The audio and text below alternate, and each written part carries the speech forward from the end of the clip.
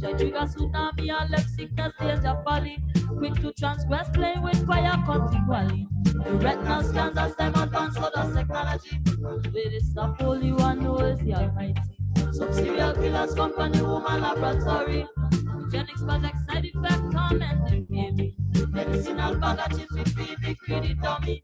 And we enter the money power hungry.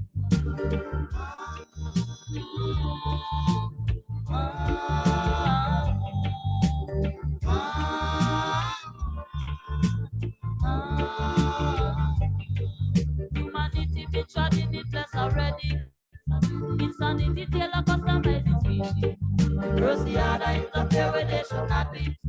Backfire sit down patient in a the lobby. There's repercussion to just think of iniquity. In your cup of indignation there's no pity. There's no remorse and no way out and no sympathy. Continue to run your mouth and now you won't see.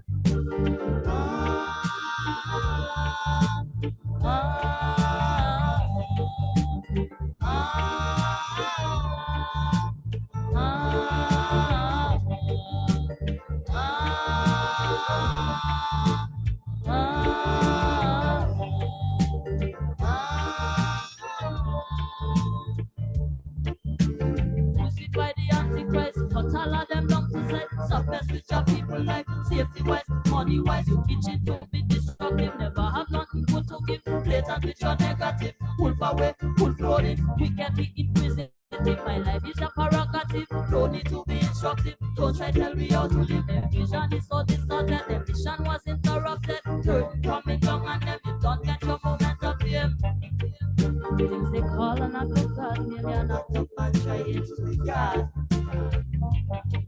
Set up that anti-life of illusion and invited the whole world to them yard. Subliminal messages intrude, it's so rude when invading the thoughts. One go silence the lamp, but the lamp protected by lions.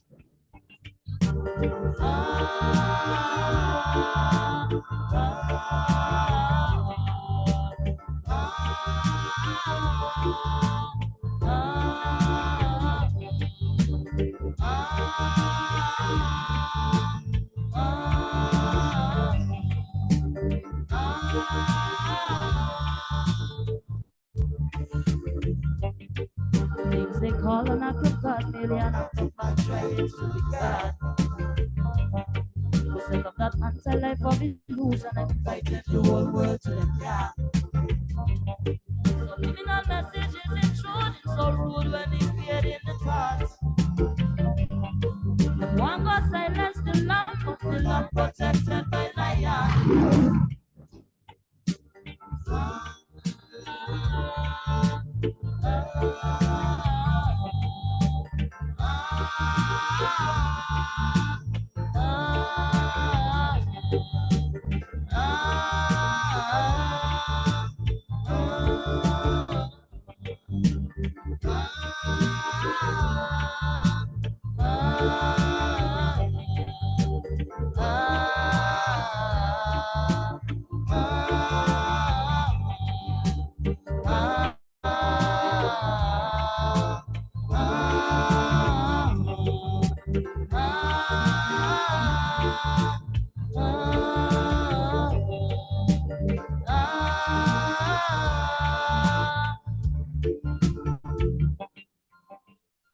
Shalom, shalom, shalom, Mishpachah. Shalom, and welcome to another Friday Night Live.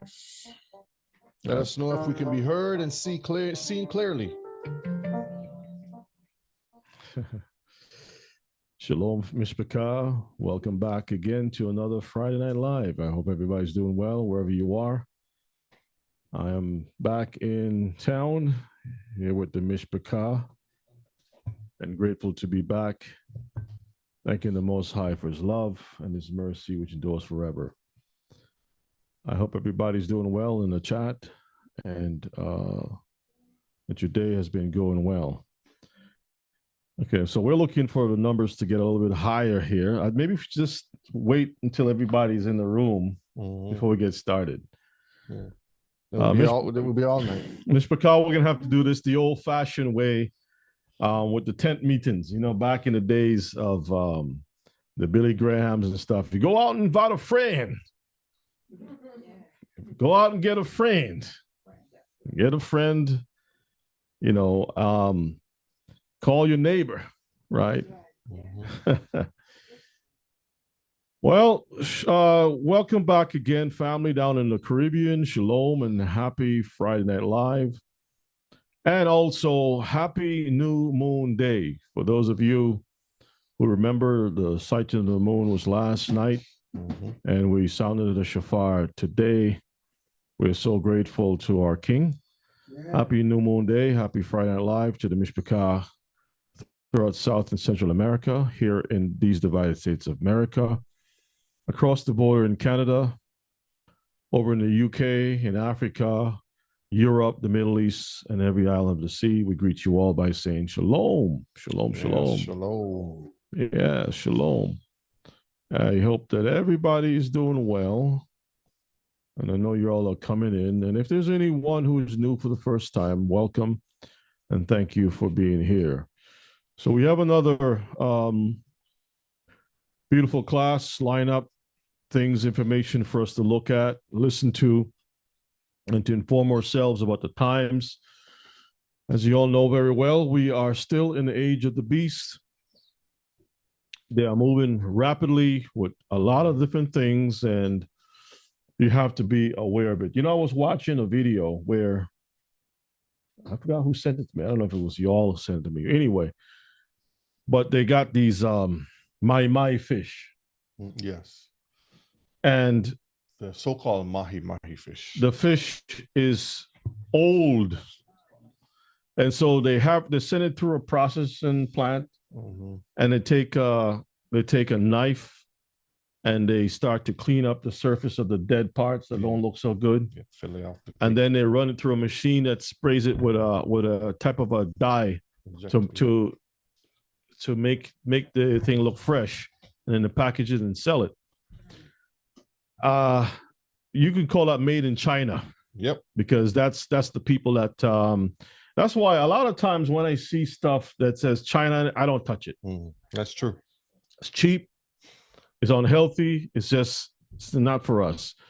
And it was also brought to my attention that some students or something for college had an assignment to go do some research about meat, like, what's out there when you buy a sandwich or whatever. So they took some samples for DNA tests. Come to find out, it was fish that was doing that. The fish was like only a few of the fish lined up with what they was selling on the menu, and the rest of it is fish, all different kinds of different fishes and stuff. Yeah, fillers. So no, it's fish. It's just that it's whatever fish that they want to throw in there and put it under the label. Yeah, like they will say this is like a fish sandwich. And or if you're getting some type of like you're buying kingfish. Yeah. And then when you really do the research and find out it's not kingfish. It's a queen, it's a duke. You get the duke. It's something else that they label as what it is. So they're mislabeling it and selling it. And they've been doing it for years though. Like they would say they have tuna, but they've been having dolphin. And this is from China again, Mishpachah. They did some documentaries on that some while back. And even if you go vegan, we have done the research. I got lots of information where they show you that it's not, a lot of it is not even 100% vegan. It's stuff in it. They put other things that has, as a matter of fact, let's pray. And then I'm gonna see if I can send this to you, Brother Shea. You can't believe this is unbelievable. Let's pray, Elder. Let's pray. Shalom, Elder. Shalom, shalom, shalom, family. Shalom. Let's pray. Heavenly Father, we thank you for your blessing. We thank you for watching and protecting us, taking us in and out and bring us home safely. We thank you for the service tonight. We thank you for all of us, wherever we are, from the four corners gathering together to listen to your words tonight, Father. We ask you to bless us. Allow your spirit to be present in the service tonight, in every heart, I thank you for our teachers, Brother Yona. Father, we ask you to bless him. Brother O'Shea, likewise, Father, as they come together, we pray that I may speak to them, through them, for them, and let your spirit give them the strength and the courage that your words will come out fluently, that all of us will hear it, and we say thank you. We pray that thou may have mercy upon us and give us a good evening tonight as we listen to your words, because we thank you. To your son we pray. Amen. Amen. Hallelujah. Thank you, Elder. Thank you. So Elder. say something, Brother Shea. Let me get this thing Yes, up. Mr. Tonight we're continuing from what we were left off last week, because it's a lot of information that we find ourselves living in these times where the enemy is not even hiding in their hand anymore. They're before they would play games and try to cover it up. Now they're telling you exactly what they're doing word for word. We're going to do this, and nobody can do anything about it. And that is the bold spirit that they have in these last days. You sent to me?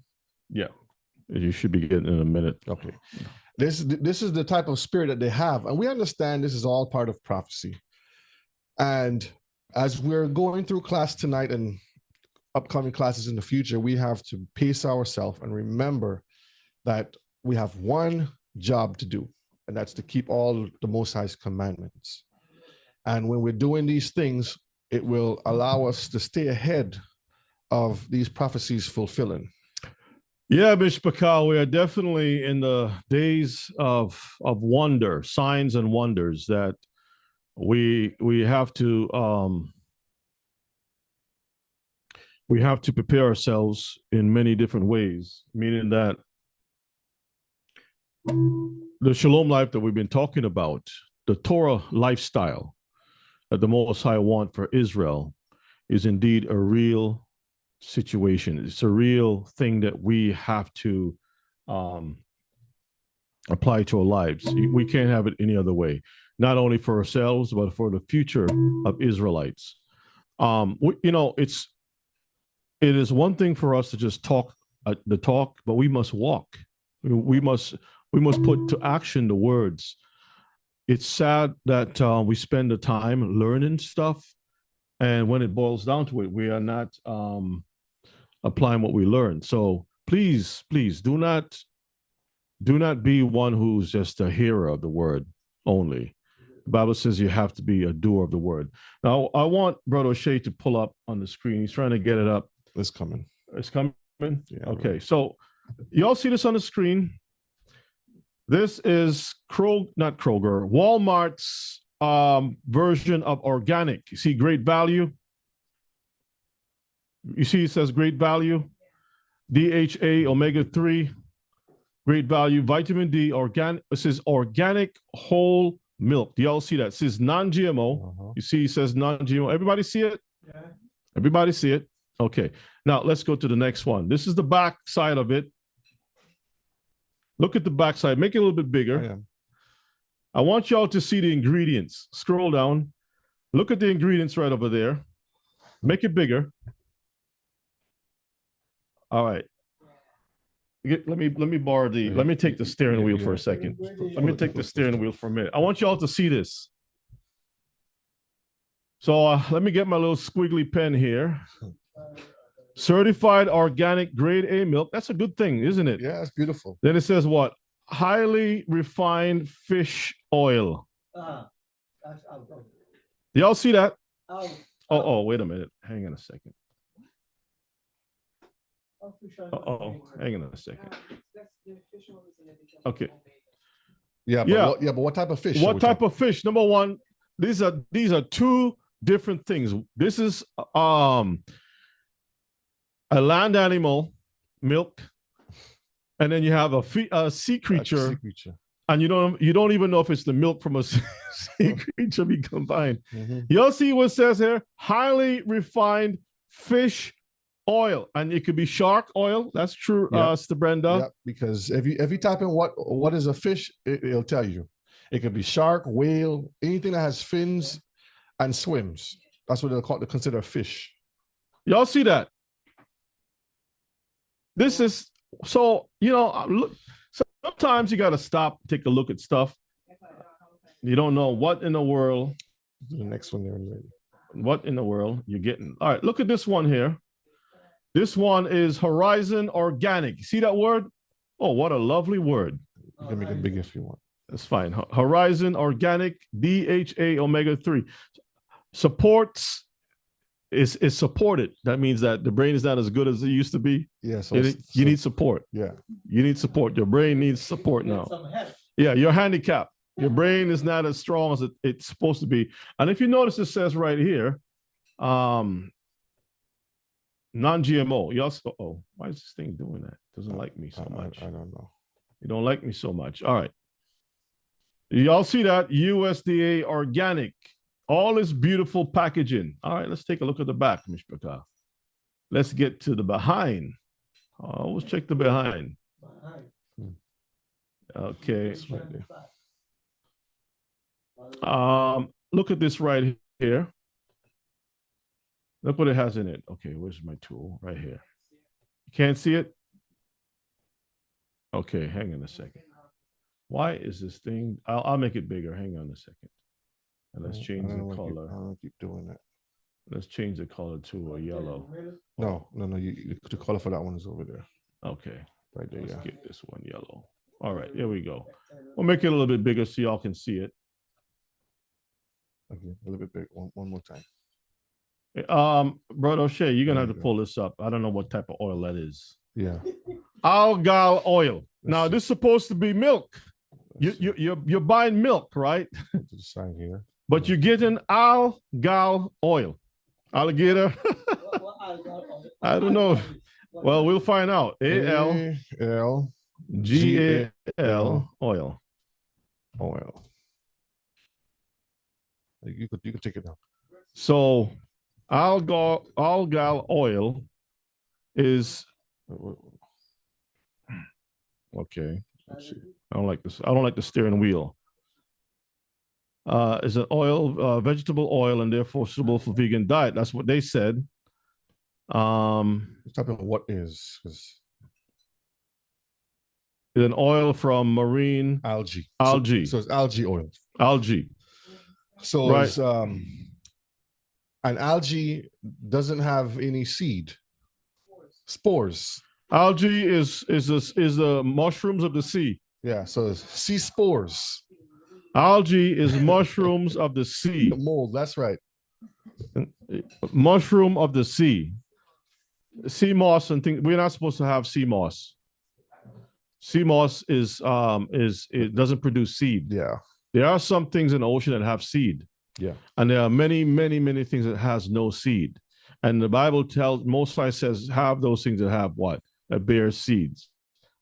So there's a lot of things to produce algal oil. Yeah. All these different things. Schizo. All right, I'll leave that for you. So you all see that, Mishpaka. Mm-hmm. Read, basically what we're trying to tell you is read the labels, read what they're telling you, because on the front, they're going to tell you it's something beautiful. And when you look deeper, it's a bunch of mascara, a bunch of bundle with a monster underneath it.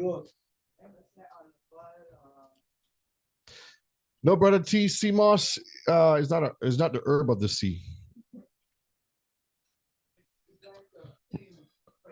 You can look it up for yourself. It's the same thing. It has spores. And sea moss and seaweed are two different things. There's a difference when you look it up. One has seed, one doesn't. So you have to do your research to see which one has the seed and which one doesn't. Yeah. All right. So I thought that was interesting that we can share with you all, just kind of warm things up a little bit as we discuss the age of the beast. So what do you got for us tonight, Brother Shea? Yes, Mr. Picard, again, we're continuing from where we left off last week. Again, a lot of information. And this is part 2, Age of the Beast. We're going to look at some more interesting things. Last week, we talked about how these wicked people have put or are trying to open up the doors to allow the demons to come in. And that's all part of what the prophecies have been telling us. So let's get right to it. Tonight, we will continue to expose the craftiness of the enemy, on how they hide their evil spiritual powers within their technological creations, because everything that they created, they say it's for good. But the question is it really for good? How the beast system will use this information of intelligence to carry out the prophecy of Revelation chapter 13 and some other prophecies. But we're highlighting chapter 13 tonight.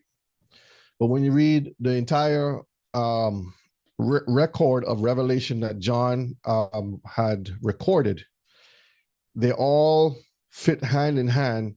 It's just a matter of stages, levels, okay? Ever since the beginning of this United States presidency for 2025, the one that just happened when 2 weeks ago, a week and a half ago, about 10 days or 10 so. days. Yeah. Things have been unfolding at a rapid pace. And I have a lot of videos to show you tonight, okay? Just to show you, Mishpaka, again, we are living in the age of the beast. We'll start back here, Revelation chapter 13, verses 5 and verse 6. And there was given unto him a mouth speaking great things and blasphemies, and power was given unto him to continue 42 months. And he opened his mouth in blasphemy against Elohim, to blaspheme his name and his tabernacle and them that dwell in heaven. So the question is, who is giving him this power? Okay, and we will see what these characters are. He opened his mouth in blasphemy against Elohim to blaspheme his name and his tabernacle and them that dwell in heaven. Verses 15. And he had power to give life unto the image of the beast, that the image of the beast should both speak and cause as many as would not worship the image of the beast should be killed. And Mishpaka, this is where we're headed. We're headed down the path of the age, the golden age is what they call it. Now we're gonna play our first video tonight. So let me get that opened up here. James is saying there was a second plane crash that just happened. Yeah, in Philadelphia, a small plane. What's going on? So this is our first video tonight, Mishpaka. Fair use, fair use.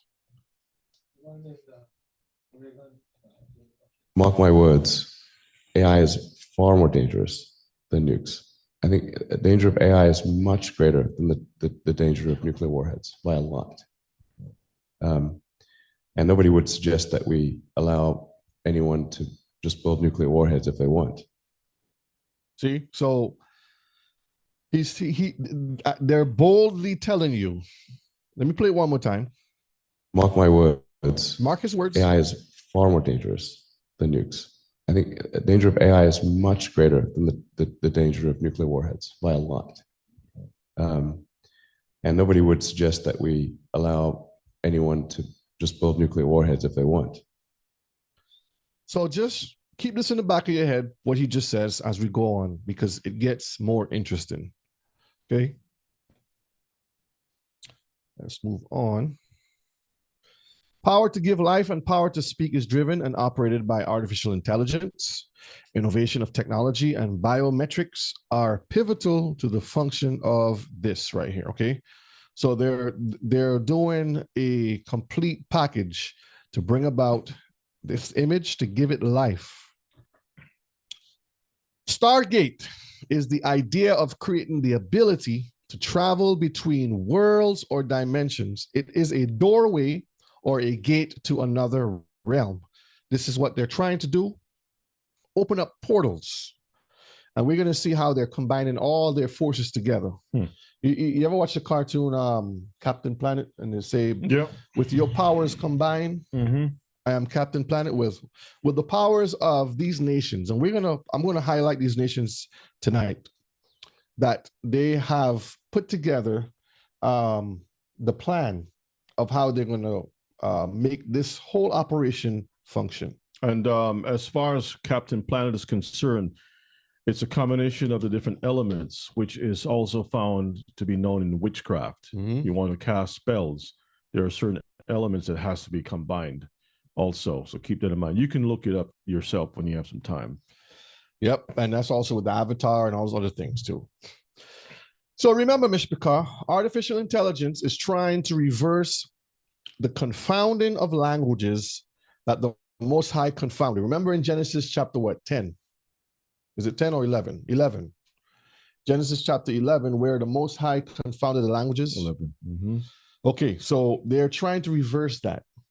The ability to speak to all at once and be able to communicate on a universal scale is what this system will achieve, because that's what they will do. Now, you see up here on the picture, it has the ladies pointing to not a class, but a presentation that they were doing. And on the screen, you see it says Open AI. This is their logo. And I mentioned something last week briefly, but look at the other symbols that it ties into. Shabbat, Rebbe, you talked about this one over here. And all of these connect. That's the Kabbalah one on the right. And this is the tree of life that they talk about. Same Kabbalah stuff. This is a swastika right here again within the same star. And this is exact. If I have to overlay them, they're identical. Same points. It's all the same points. So there's nothing new that they're doing here. They're just basically masking certain things. And if you don't know the connections, you won't see that they're all telling you the same message. All right. Also, last week we talked about Maxwell's demon. Remember that? Okay. So go ahead and read down here for me first. In a thought experiment, a demon controls a door between two chambers containing gas. As individual gas molecules or atoms approach the door, the demon quickly opens and closes the door to allow only fast-moving molecules to pass through in one direction, the only slow-moving molecules to pass through in the other. Now, we asked this question last week, and also for Shabbat, you asked the same question. What? And we already know the answer already because the Most High has put it in them. But just to ask the question, what would motivate a person to sit down and try to discover doorways for demons to open up? It also goes to show that the ways that we thought was the only way demons can come through, that's long gone. There's so many different doorways in music, in the technology, on paper, in books, media, you name it. Demons, they got so many different doorways, even in, as you can see right here, when it comes to science. And again, one of the things that they have said is that science is nothing more than magic. Magic is science unexplained, and science is magic that is explained. Yep. I'm gonna play the video I played last week, the short one about this right here. But before I play that, I'm going to read this part over here. Maxwell's demon is an imaginary creature that the mathematician James Clerk Maxwell created to contradict the second law of thermodynamics. Suppose that you have a box filled with a gas at some temperature. This means that the average speed of the molecules is a certain amount dependent on the temperature. Now, let me pull up this video here. This is an illustration that they put here where he's standing on the shoulders of the demon. Now, you know, what is interesting is that they could have said Maxwell, instead of saying Maxwell demon, they could have said Maxwell's fairy. Well, we know fairy is still a demon, right? Yeah. They could have said Maxwell's angel, Maxwell's messenger, who opens the door, Maxwell's butler. His motivator or something. Or his butler that opens and closes the door. I mean, why choose the word demon? Out of all of words that you have, you decide to choose the word demon. Yeah. All right, let's look at this video again.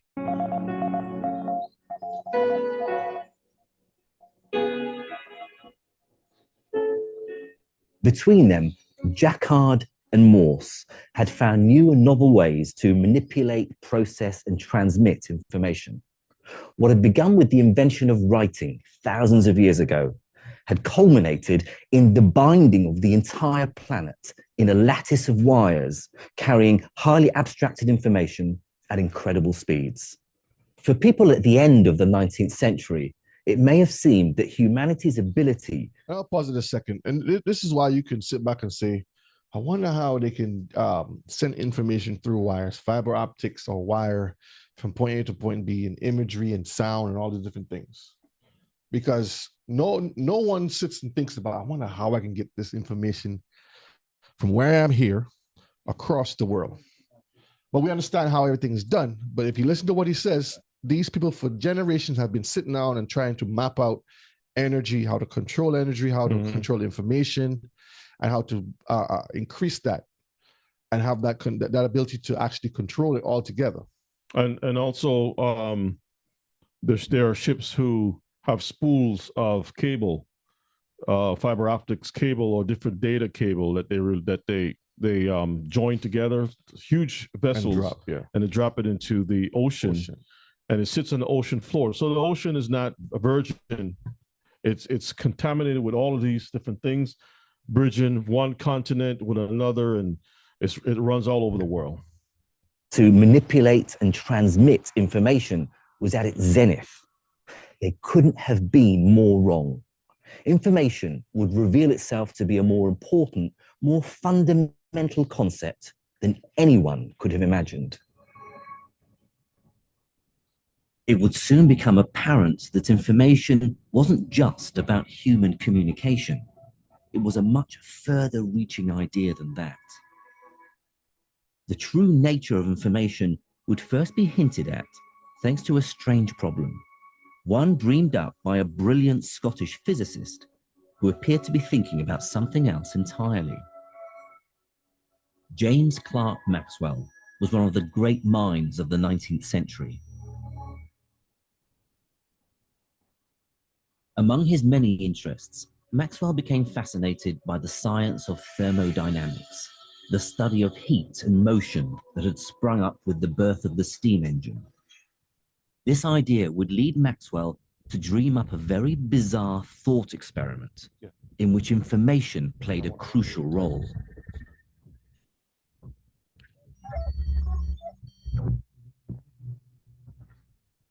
Maxwell theorized that simply by knowing what's going on inside a box full of air, it would be possible to make one half hotter and the other half colder. I'm trying to refresh your mind. Think of it like building an oven next to a fridge without using any energy. And like I said last week, when you put hot and cold together, it causes an explosion. That's how you create hurricanes and different types of confusion. That's the word I'm looking for. It creates turbulence. Okay.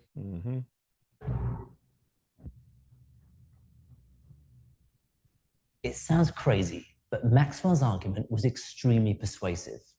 It goes like this. Imagine a small demon perched on top of the box who has such excellent eyesight that he can observe accurately the motion of all the molecules of air inside the box.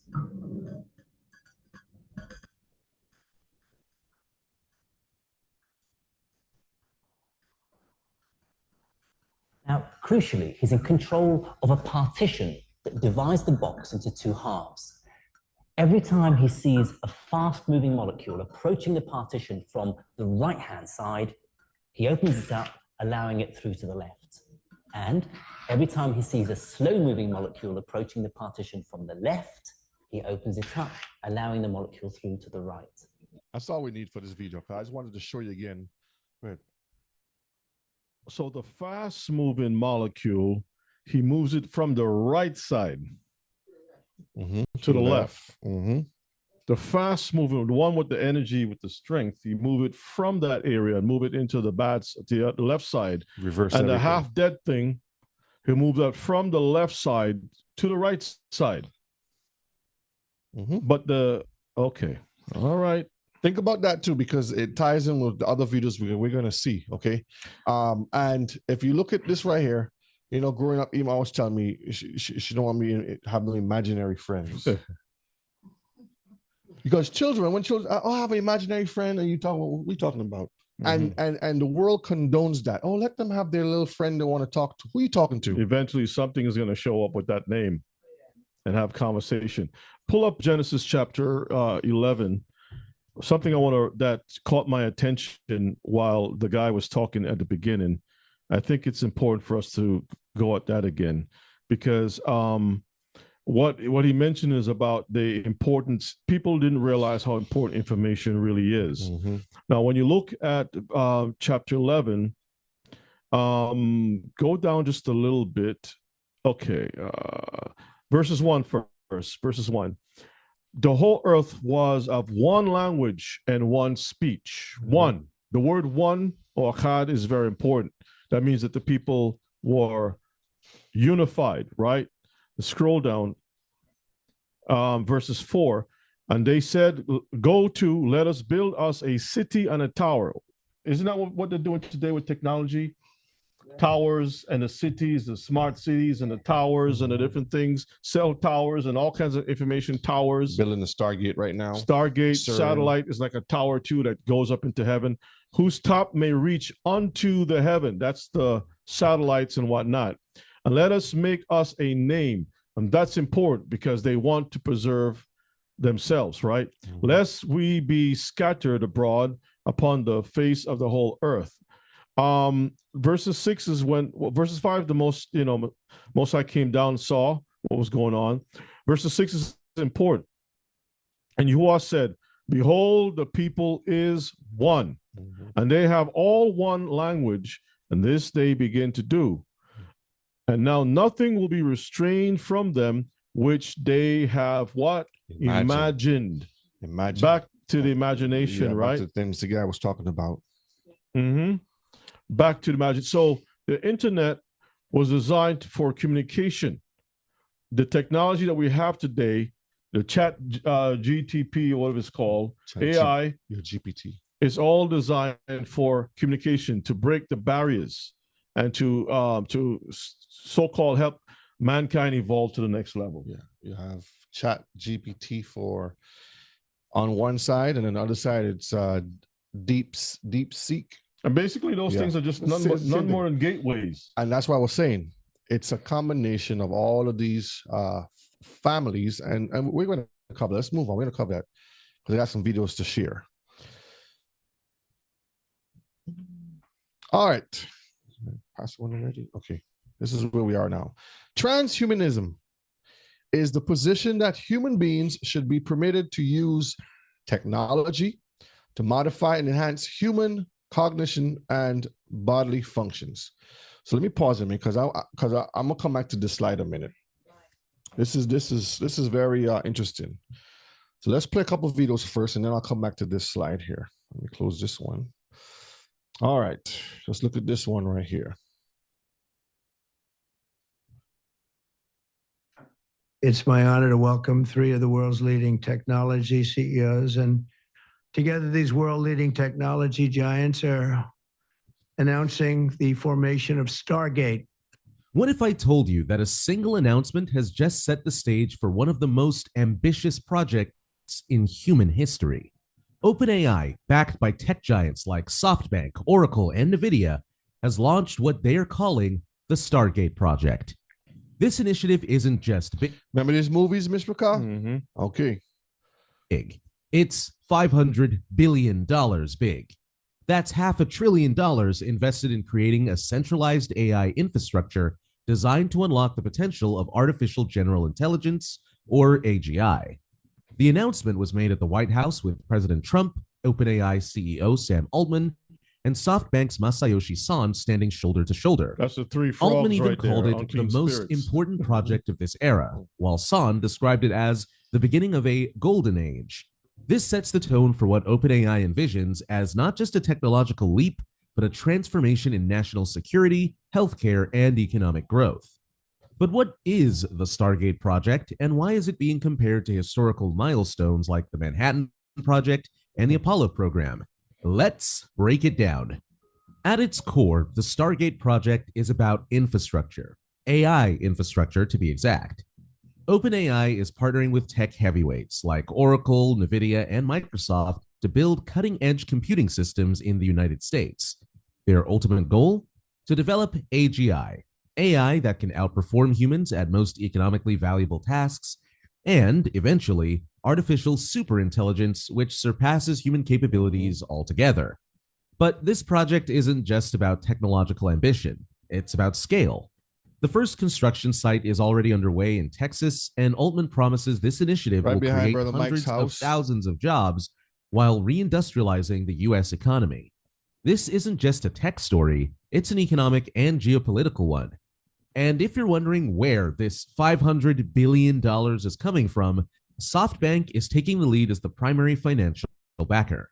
This massive funding pool also includes resources from OpenAI, Oracle, and MGX, making it one of the largest private investments ever. So, why does this matter? Because if OpenAI succeeds, the Stargate project could redefine what's possible in industries like healthcare, defense, and even climate science. Let's talk impact. Advocates of the Stargate project believe it has the potential to revolutionize industries and solve some of the world's biggest challenges. Take healthcare, for example.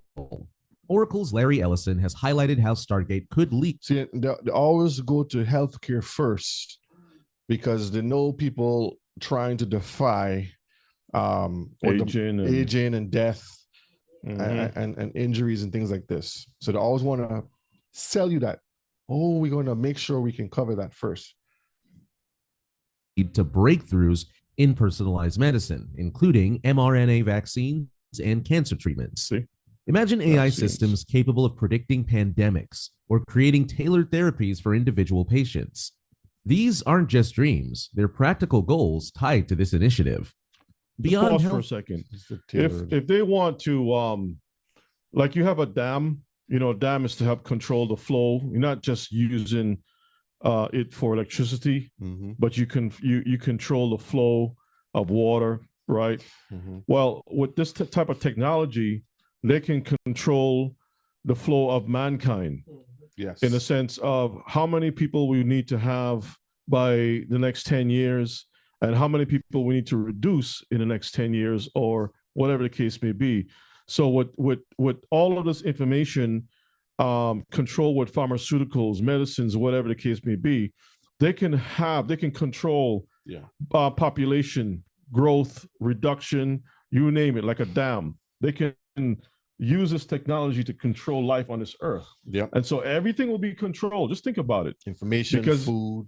Because if you put certain things within the human body, they know how it can affect and what we can release to reduce the population, like the vids, you know what I mean? Yeah. So we can reduce the population. If we want to reduce the population in certain countries, we know what what buttons to press, you know what I mean, to get that. Exactly. Yep. The project promises to drive economic growth. By building centralized AI infrastructure in the United States, OpenAI aims to spark a new wave of industrialization. The job creation alone is expected to be massive, with benefits rippling across multiple sectors. This isn't just about building better AI, it's about using that AI to build a better economy. And let's not forget national security. In a world where technological dominance often translates to geopolitical power, the Stargate project positions the US as a leader in the global AI race. Proponents argue that this kind of centralized investment is essential for maintaining a competitive edge against nations like China. But not everyone is convinced, and that brings us to the other side of the story. For every supporter of the Stargate project, there is a critic questioning its necessity, cost, and direction. One of the most vocal skeptics is none other than Elon Musk. Musk, who co-founded OpenAI but has since parted ways, claims that SoftBank, the primary financial backer, has secured well under $10 billion of the $500 billion needed.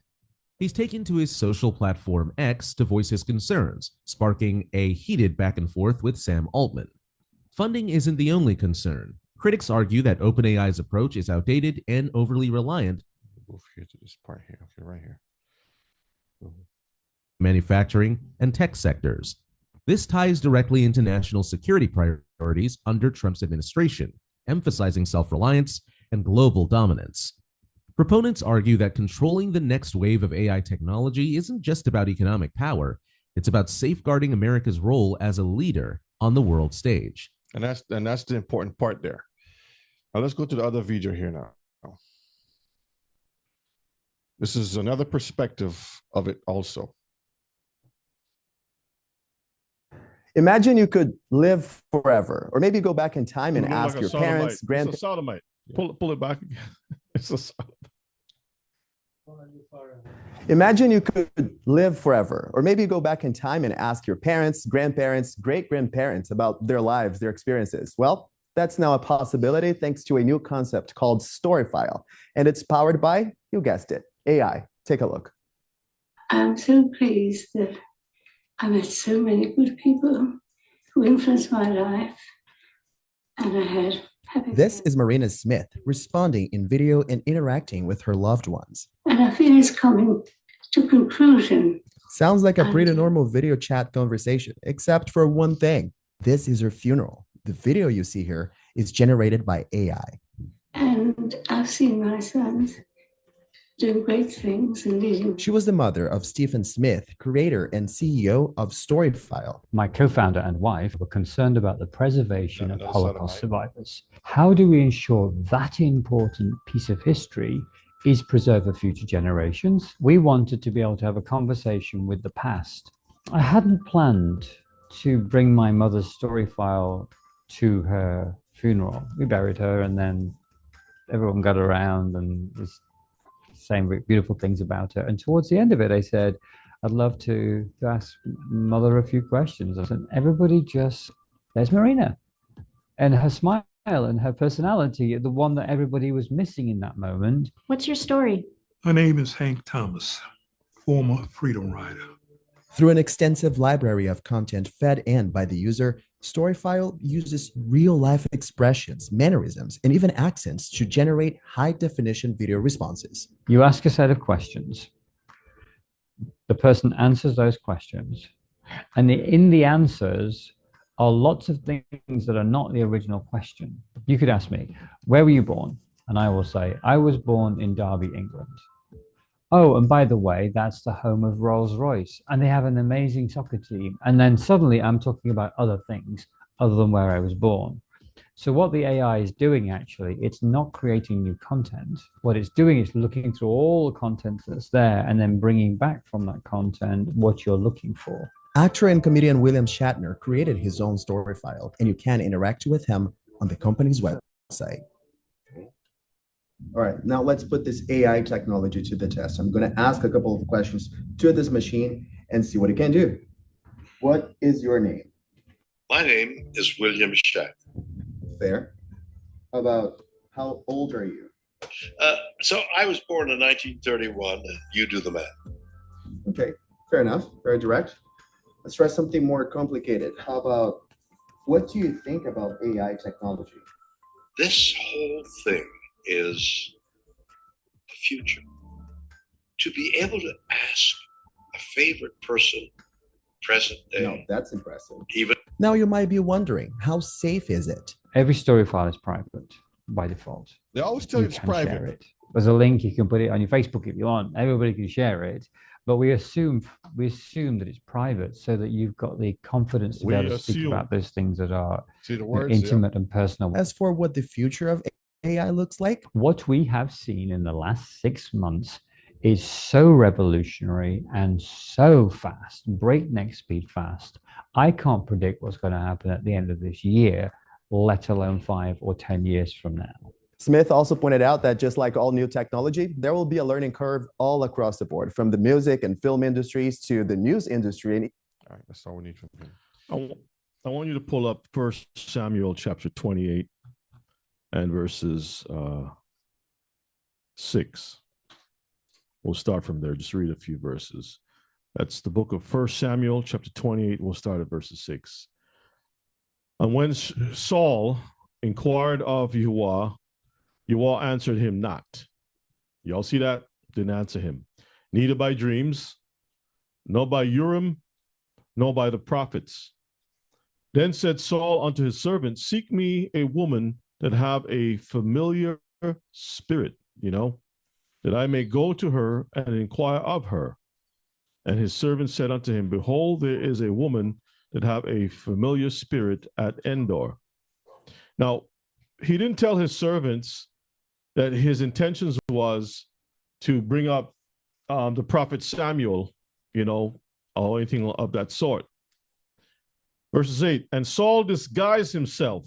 Remember, the people says, assume that it's private. Yep. Okay. Disguise himself so that they would hide or they lie to you, and put on other raiment. And he went, and 2 men with him, and they came to the woman by when? Night, in the dark.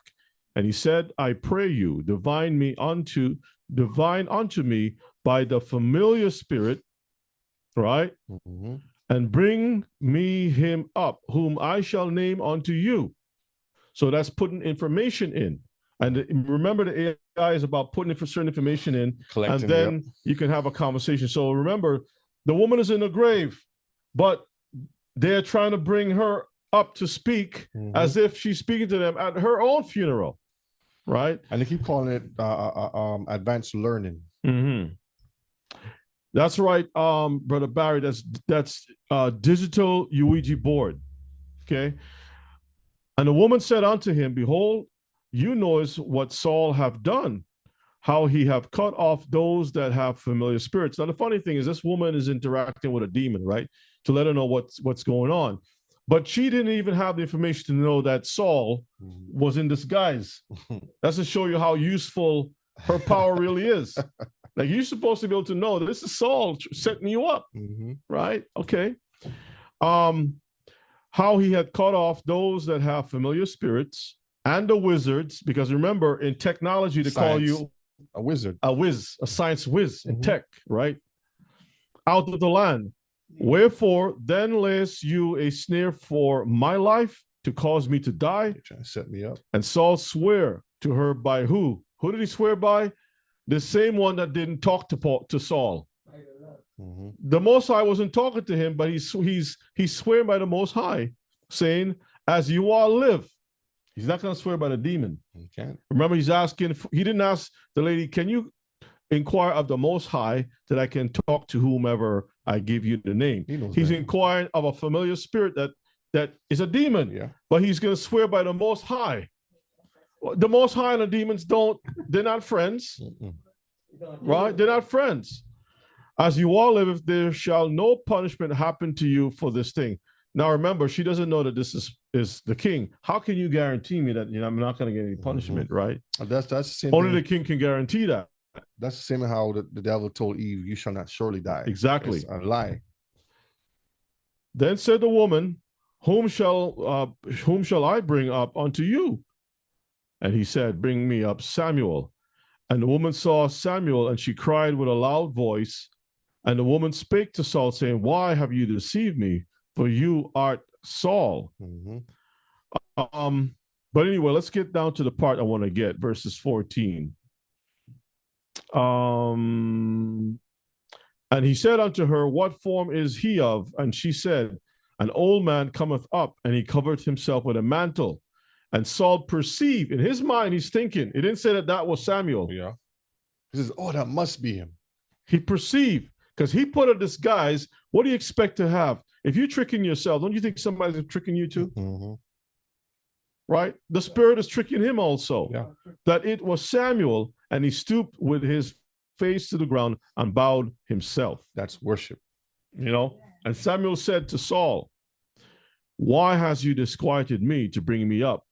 And Saul answered, I am so distressed, for the Philistines make war against me, and God, Elohim, has departed from me and answered me no more, neither by prophets, nor by dreams. Therefore I have called you, that you may make known unto me what I shall do. So he knew what he was doing, because he went from dealing with the power of the Most High down to this mess here. And he knew already that Samuel, when Samuel was in the flesh, never had anybody bow to him. That's the first thing. So the point, Mishpachah, is for us to see what these people are doing. There's nothing new under the sun. It is the same thing. They design something that they can have contact with spirits. So you're thinking that this is some computer are just figuring things out. This is something rigged with code that is all demon, because they tell you, let's imagine there's a demon sitting on top of this box. Imagine there's a demon. There are demons around. What do you mean imagine there's a demon? Yeah, they know. Anyway. All right, I'm gonna play this other video and then we'll get back to the transhumanism part. Absolutely. All right, here we go. March 16th, 2018.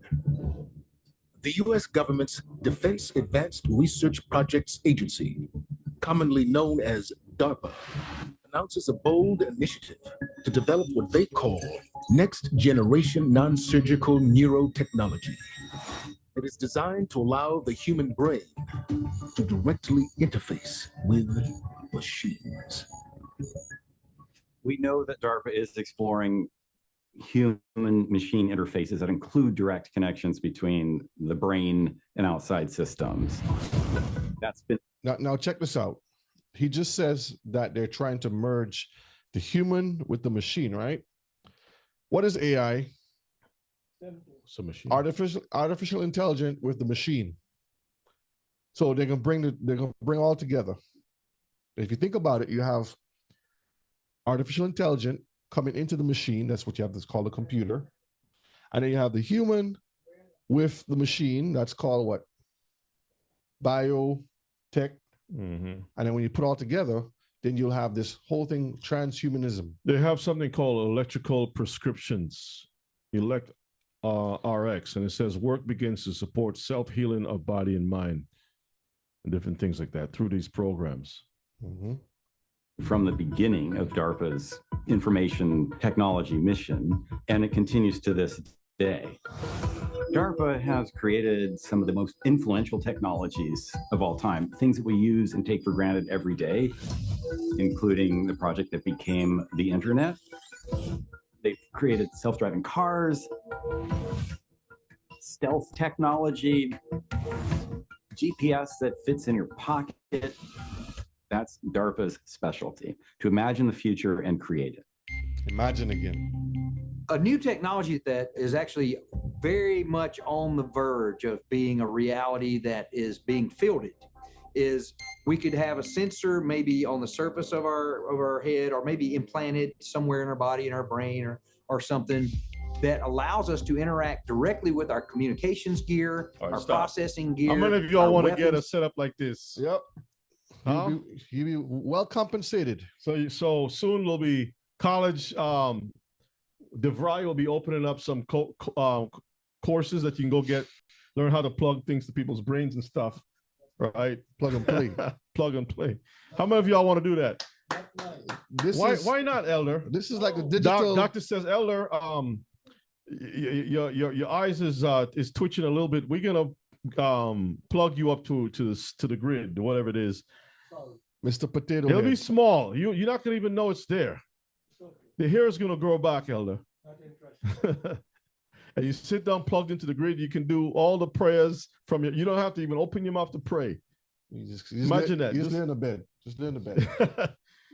You don't have to open your mouth to pray, Elder. You just imagine the thoughts. Just come right through. Imagine that. Systems and so on. Now imagine we take that technology and we can control robots at a distance with it. Even fly drones. You put this sensor on and you think the right way, and you can increase the speed of the fan by thinking and controlling that thought with direct to mind or mind machine interfacing. With that type of capability, you could control all sorts of buttons. Mishpachah, didn't the same people who gave us the iPhone say it's not safe to put these technology in your brain? That the sensors and all the different things that are there will give you cancers. Mm-hmm. And haven't they also showed you by having Wi-Fi in a room with other plants how it affects the growth of plants? Mm-hmm. Yep. All right, but they want to put this thing directly in the brain. Shalom. Directly in the brain, huh? Go ahead and play it. And mechanisms in equipment. Mind-machine interfaces will have many applications in both civilian and military life. But there are those who believe that this same technology could also be used by DARPA as a new form of mind control. Like their counterparts at the CIA, DARPA-funded researchers have spent decades investigating how the human mind can be altered. In 1965... Stop. Project Pandora, huh? So instead of walking around with a cell phone, it's in your brain. And if you look up some of these things, the names of these projects and stuff, it just baffles you to show the wickedness, the many bodies that they have went through, especially our people they experimented on. The etymology of the word pan is dealing with the devil. I don't know if you all know that. The word pan, P-A-N, it's dealing with the devil. DARPA launched Project Pandora, which studied the possibility of using microwave radiation to control human behavior. You hear that? To control human beings. So they're telling you the whole reason for this is to do it. Control you. The project reportedly ended in 1969, but DARPA's investigation of how machines can affect and possibly... The project ended there, but they changed the name to something else. And we'll show you what that name is. Control the brain continues to this day. They're explicit. Go back up and he said what I just said. But DARPA's investigation of how machines can affect and possibly control the brain continues to this day. See? There are explicit programs of DARPA to read and write to human brains, whether it's through direct implants within the brain or wearing some kind of cap. So these things are being worked on, and we know that. So what's the next step? Maybe the next step is we can send instructions and information to an actual person from a distance with this kind of technology to let another person control their actions. But that could be something that could be... So it's almost like you're hearing a voice. I heard God telling me go do so-and-so. It's not God telling you anything. And you wonder why I have all these so-called mysteriously shootings are going on, where you have these people, oh, well, this person, all of a sudden, he just decided to go get a sniper rifle and go mow down some people. Yeah. Elder, what's on your mind? Shalom, family, shalom. I just want to, something just come up to my mind. When I remember all these things coming way back, it begins, I always looking at it that way. It always begins in the Garden of Eden with the woman.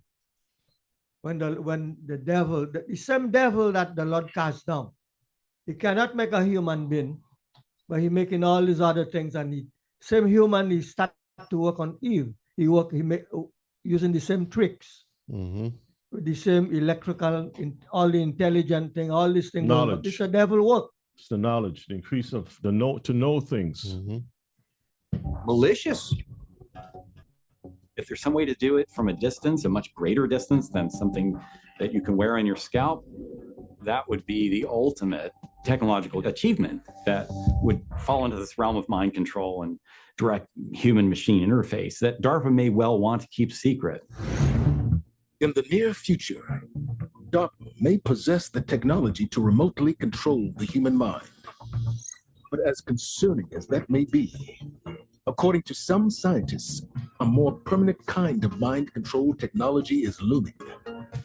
And it involves... I got a question, Mr. Picard. If they want to put things in the human brain, when do you think it'll be the more feasible to accomplish that? What was that, Ima? That's correct. What do y'all say about that, Mr. Picard? I heard Ima. Birth. There you go. Because why, Ima? Have access to it.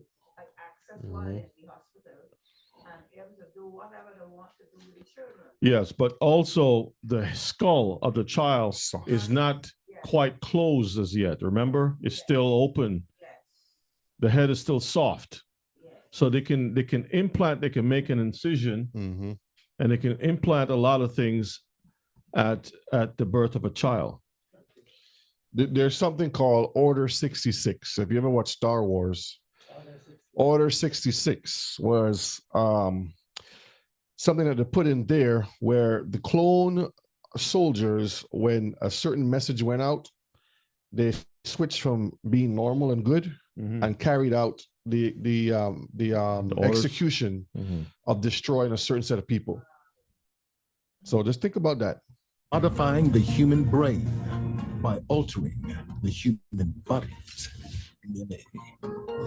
The future of mind control, and the future being right now, because these experiments are being done, is using gene editing tools. And one of them would be CRISPR. The way it works is take the CRISPR, which are these short alternating repeats of DNA. You put that together with an enzyme called Cas. And so you take the CRISPR that you want to use, and you put these pieces together that can be injected and insert this DNA to certain areas of the brain so that we can change brain cells and turn you into something you wouldn't otherwise be. See, they're telling you. They are telling you exactly what they're going to do and what they're practicing. That's why they study like jellyfish and certain creatures that communicate on different types of frequencies. So they study the biological makeup of these creatures and then tweak those things so that the brain cells can, because then you could take the body's own system and reconfigure it that it can become a little antenna to receive information and maybe even in some cases transmit a little bit of information, but mostly to receive information so that it can be controlled. You remember back in the day you had something called cassettes? Yes. And if it passed next to a magnet, it would erase what information in it.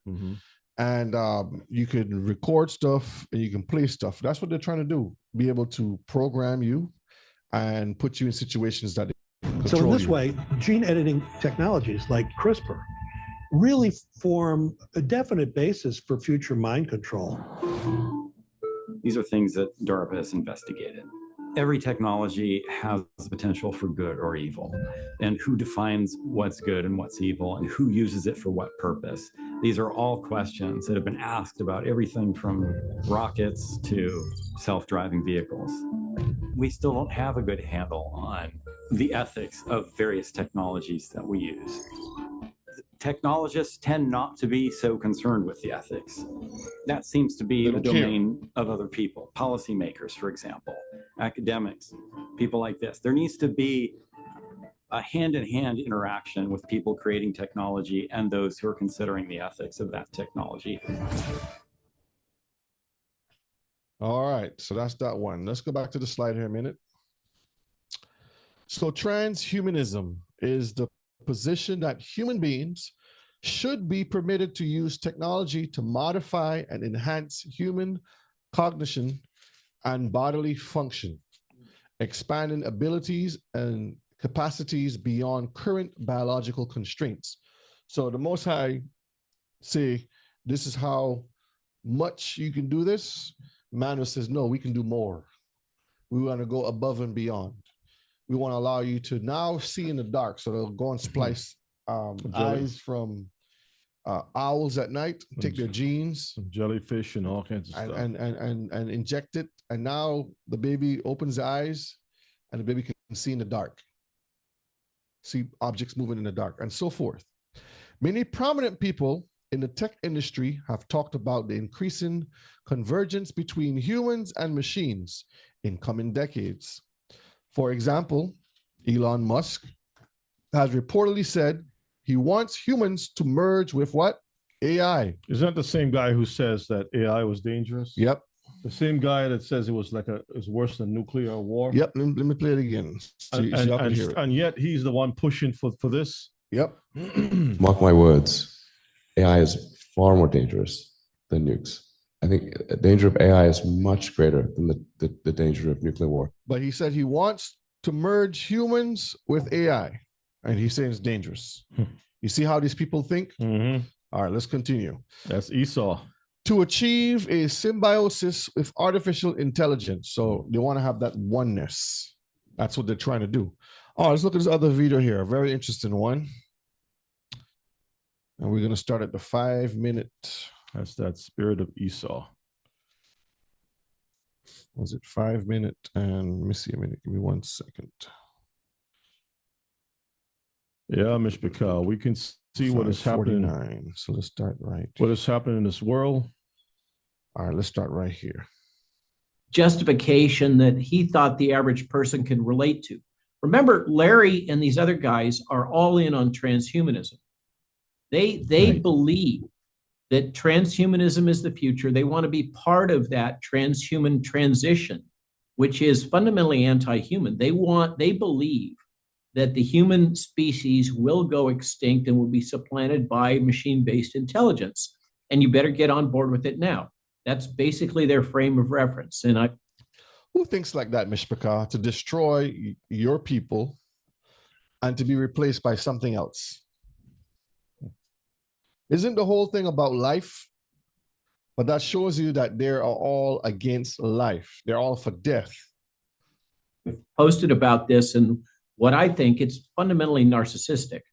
It is wrapped around the idea that somehow immortality can be achieved by uploading your consciousness or your soul onto some digital avatar, and then that will free you up to explore the universe and whatever other wonderful things they do. It reminds me of years ago. Remember, Walt Disney had his head cryogenically preserved.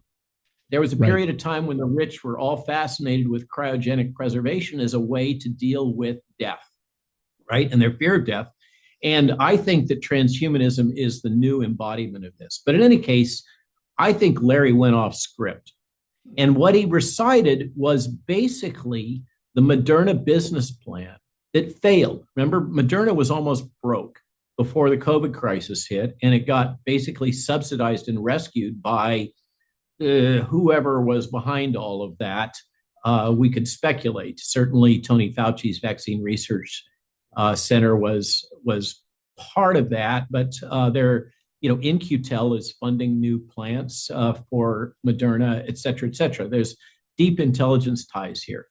So I think what really happened is that Larry went off script and basically pitched a storyline that he thought would hit right at the heart. Okay, that's what we need there for that one. All right, so let's get back over here now. AI, Stargate, CERN, and the Beast. So AI will use the power of Stargate, because remember, Stargate is that system that they're trying to put online with all this power to be able to push the amount of information worldwide or globally. So they're going to use the power of Stargate to open up the portal, which is the CERN, to introduce the Beast system. So that little Maxwell's little demon is a miniature version or a micro version, I should say. What's a smaller? Macro? Micro. Micro. Macro's large. Okay, so micro. A micro version of what CERN is today.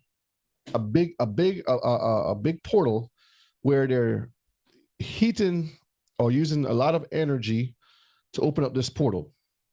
So I call it the League of Extraordinary Gentlemen. Yeah, you guys seen that movie? All right, so this league is made up of Esau's people, Moab's people, Ammon's people, and the rest of the Confederates.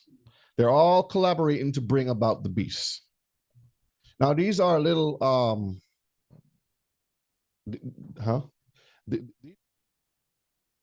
when you look at this right here, these are all basically examples of what they're doing here, how AI is paving the way to a transhumanist future. Maxwell's demon and the importance of intelligence. Show your face and AI tells you who you are. Is AI the catalyst to passport-free travel? TSA showcases biometrics and AI airport security. CERN aims to build 20 billion in the e-money to build a collider to unlock secrets of the universe. Then there's this company called Global Partner on artificial intelligence, where you have all these people right here come together to make this happen. And then lastly, to just advertise a few days ago about Stargate. Billions bid to corner what? Global AI capital. And you'll see it. Now let's look at another video here.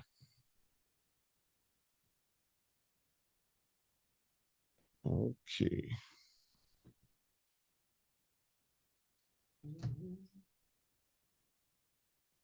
Thank you.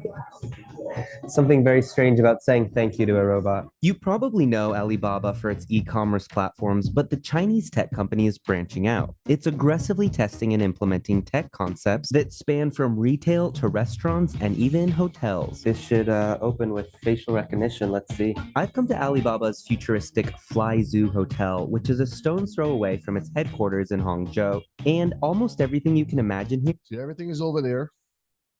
Over there in China is what they're doing. They're creating these systems as a test before it becomes available on the market worldwide. Here is automated. I'm not sure if this is cool or creepy.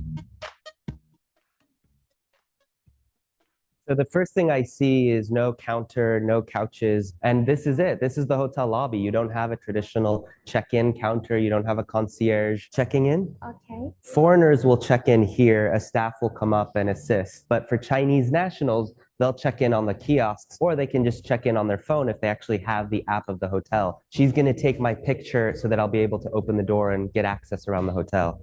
See that right there? This is just the hotel, but imagine this on a grand scale. This is why they get you accustomed to looking at your phone and always using facial recognition. A lot of our people gladly, I'm gonna lock my phone with my face, not realizing that they're conditioning you. Okay, please do it. That's okay now. You can record. That's it? Just like that? How do I remember, what was my room number again? I'll take a picture so I can remember my room number. Just use your face to open the door. It's okay. Okay, thank you. I feel a little bit lost without a key card or a receipt or anything like that. To access my floor, I have to scan my face in the elevator and again at my door to access my room. Just like that, I enter my room. So wait a minute. So they're going to be upgrading the hotel rooms to scan your face so you can use a room. Yep. And if you don't, remember Minority Report? When you walk into the mall, everything is always digitally scanning you. Do you think if they go to that length for the hotel rooms, that what about the supermarkets to have food? Can't buy or sell. That for you to go through, you have to scan so they can. School's gonna have this. Grocery store's gonna have this. So they're gonna check in the students by scanning their. Oh, I have a video on that. You'll see. You'll see. Come into a place near you, Mr. How do y'all, wait a minute. How do y'all feel about that, Mr. Picard? Y'all feel excited about that? Do we have anyone under 20 years old in the chat? Anyone under 20? The sound went down. Uh-oh. The sound went down. Come on, AI. The sound went down. Okay, let's see what's going on here. Is it better now? Okay. Anyone under 20? Sound is good. Thank you. Because this is the world that the next generation is going to have to live in, right? All right, go ahead, Brother Shea. All right. 90-room so-called smart hotel welcomed its first guests at the end of 2018. And while you won't see as many faces at reception as a traditional... No, this is the hotel is called Fly Zoo Hotel. What's a zoo? Yeah, well... Oh, okay. So they know what they're telling you. FLY Zoo, huh? Hotel, there is still some staff around, like housekeeping, which Alibaba says still have to use a traditional key card to clean your room. For the young generation, they love it. And for the generation like us, they will feel a little bit nervous initially. Andy Wang is the CEO of Alibaba Future Hotel, which oversees Fly Zoo. With our assistance from our service ambassador in the hotel lobbies, you will feel more comfortable. right? Because everybody know how to use Alipay.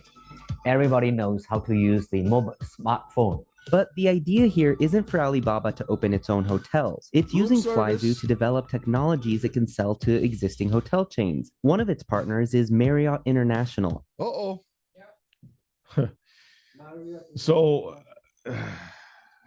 the company behind Marriott, Ritz-Carlton, St. Regis W, and more. No one would say, I'd like to go to the front desk and do more, right? Peggy Fang Ro is the Chief Sales and Marketing Officer for Asia Pacific at Marriott International. It's getting good traction, but still, there are still steps in that check-in process that require you to stop by the front desk. So we haven't eliminated it completely. But when we do, I think people will, adapt to it quite quickly. She says some of Marriott... You won't adapt to it, you'll be forced to. Because you have no choice. All right. Marriott's properties in China could be eliminating the front desk check-in process soon. Each hotel room has one of these, and it's sort of like Alibaba's answer to Amazon Alexa or Google Home. You can order water, you can order slippers, you can even order room service. It can also open the curtains for you. It can turn on the TV. It can even dim the lights. Never have to leave the T-Mile Genie. So do class from laying down in the bed like this. Brethren, Shabbat Shalom, Shabbat. Lay back in the bed. Shabbat Shalom, huh? They're going to make you an avatar. And what about you? No.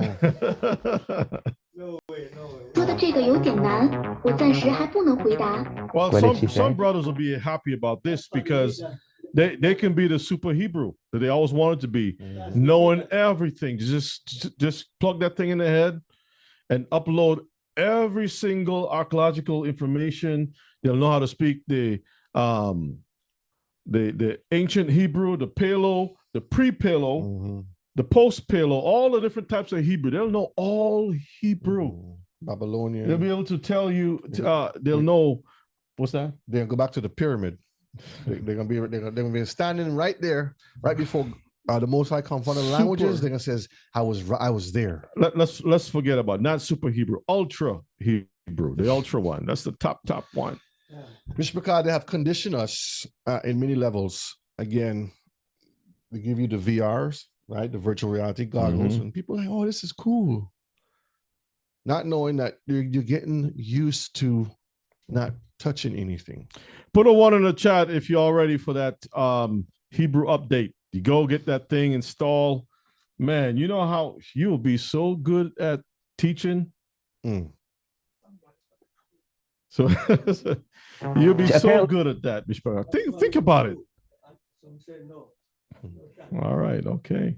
She said, I don't understand what you're saying. Can you say it again? Many of those deliveries are made by these robot butlers, except for things like soups and ironing boards. This robot can call an elevator itself. It doesn't need to actually hit any buttons.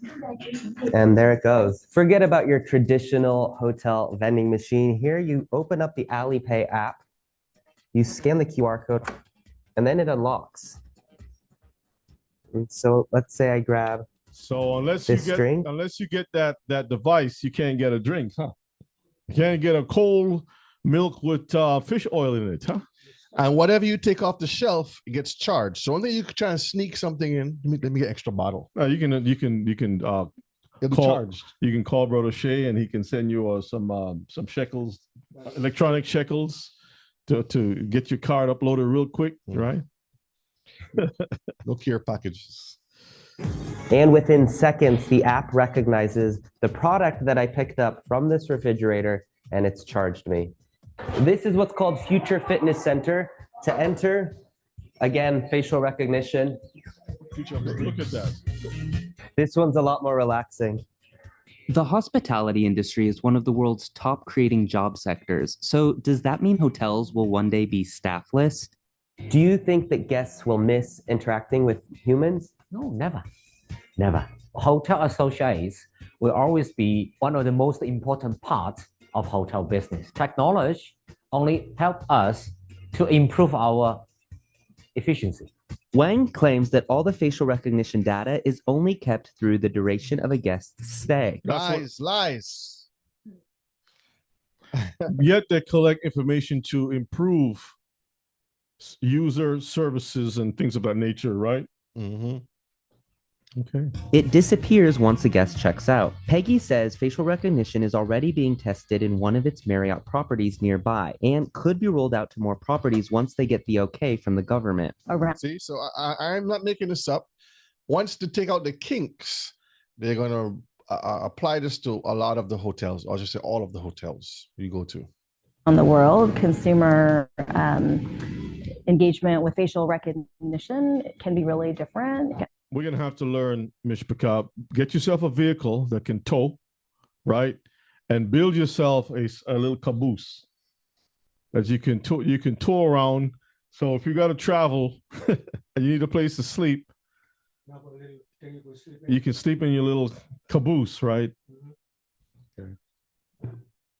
I think the Chinese market is more ready to consume that kind of functionality than other places around the world. Even the hotel's restaurant is being used as a testbed for technology too. Every table has its own QR code, so using the Alipay app.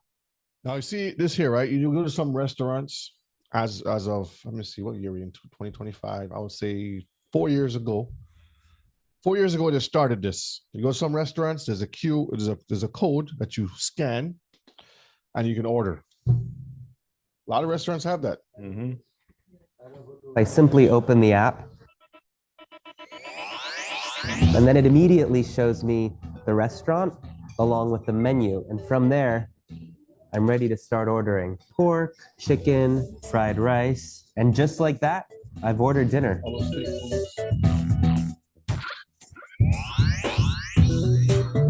You found me. That's like a trash can. Yeah.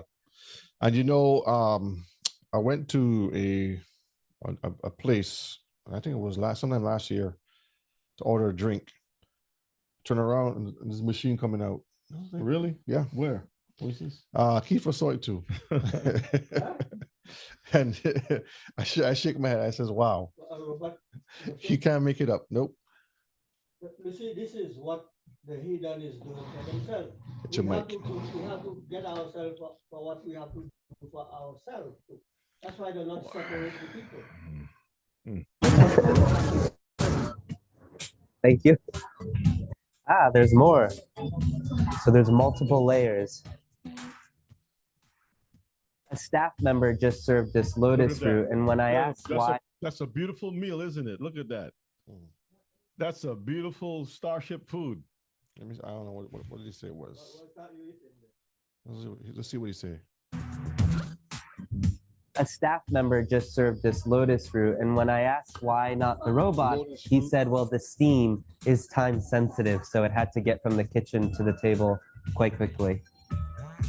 I've come to the bar here at Fly Zoo Hotel, where once again, I'm greeted with a QR code here at the table.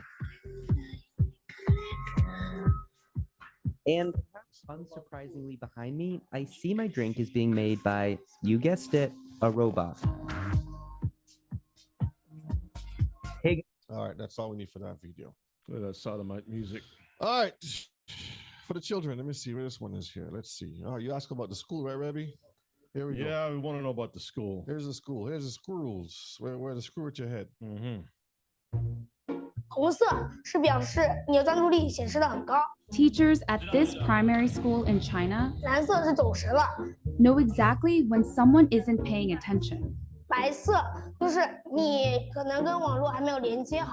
These headbands measure each student's level of concentration. The information is then directly sent to the teacher's computer and to parents. China has big plans to become a global leader in artificial intelligence. It has enabled a cashless economy where people make purchases with their faces. A giant network of surveillance cameras with facial recognition helps police monitor citizens. Meanwhile, some schools offer... Who's moving to China?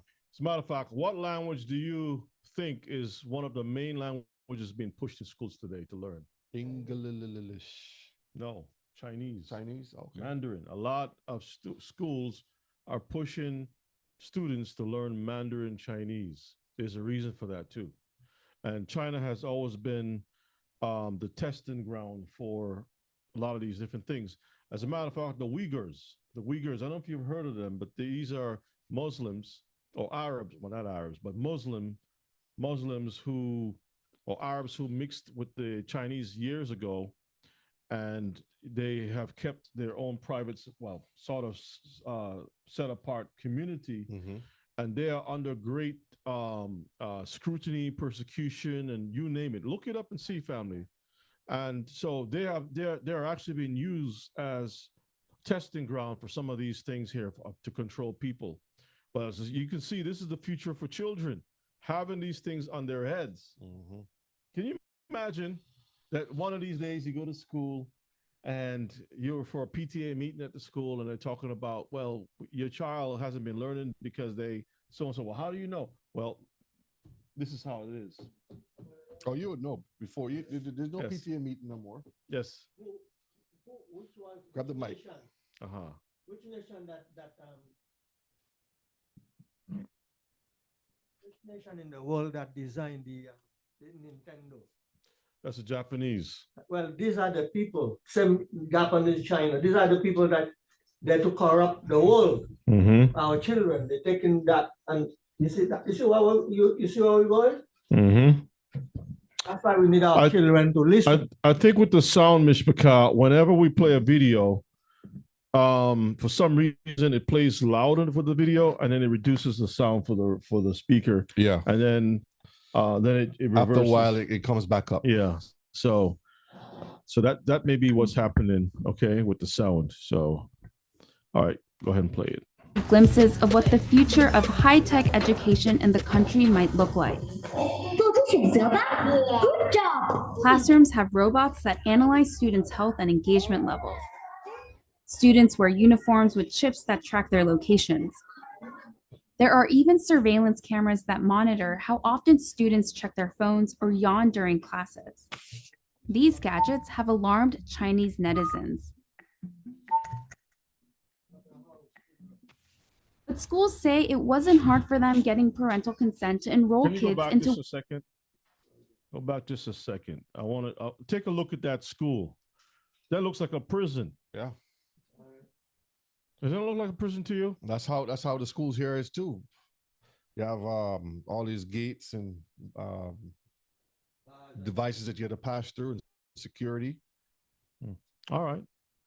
Schools say it wasn't hard for them getting parental consent to enroll kids into what is one of the world's largest experiments in AI education, a program that's supposed to boost students' grades while also feeding powerful algorithms. 为了就是国家的这个研究呀、发展呀，我觉得是没有问题的。The government has poured billions of dollars into the project, bringing together tech giants, startups, and schools.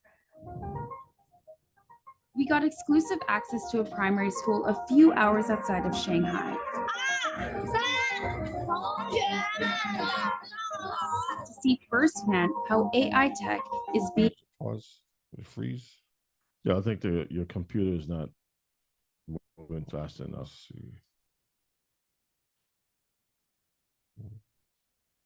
Something's going on with that. AI tech. All right, let me pause it here. Let's stop it a minute and bring it back in. So, family, how do y'all feel about that? Y'all says keep that thing in China, right? Well, China has received what they need to test the products out before it comes over here. Okay. All right. It's into what is one of the world's largest experiments in AI education, a program that's supposed to boost students' grades while also feeding powerful algorithms. 为了就是国家的这个研究呀、发展呀，我觉得是没有问题的。The government has poured billions of dollars into the project, bringing together tech giants, startups, and schools. We got exclusive access to a primary school a few hours outside of Shanghai. Yeah, so something's going on with the video. Yeah. Just kill it. To see first. Let me see if it continues down here. Let's see. Hold on. No, on the floor. Something is going on with the file itself. All right. So I guess AI is trying to stop us from seeing this. But there's more to it. Maybe you can start it again, but start just put the thing down here. Okay, let's try that. Let's see. Bear with me, Mr. Carr. You have another view that's open? No. Sometimes if you got to close out the QuickTime altogether and then restart it again. I'll just cancel it and see. Yeah, hang on a second, Mr. Carr. We're going to try. I think it's trying to tell us that you need to get a an AI system. No? I mean, unless it's just bring it video. out in the Yeah, middle. unless it's just his video. It's probably just his video. Yeah, the video is no good. All right, let's just listen for a minute then. Let's just listen to it. Level at 10-minute intervals. It's then sent to a chat group for parents. 就是他可以看到每个人的评分。 The reports are detailed, but whether these devices really work and what they exactly measure isn't as clear. We were curious if the headbands could actually measure concentration, so one of our reporters tried on the device. 但我没有感觉自己特别集中。This is a new technology with still fairly little research behind it. Theodore Zanto is a neuroscientist at the University of California, San Francisco. He was surprised to learn that this tech, called electroencephalography, also known as EEG, is being used in the classroom on children. It's usually used by doctors. Let's see if I can pull up over here on YouTube. Let's see. Yeah, let's see. Want me to get it for you? This is how China, right? Okay. Let's see if I can play it from there instead.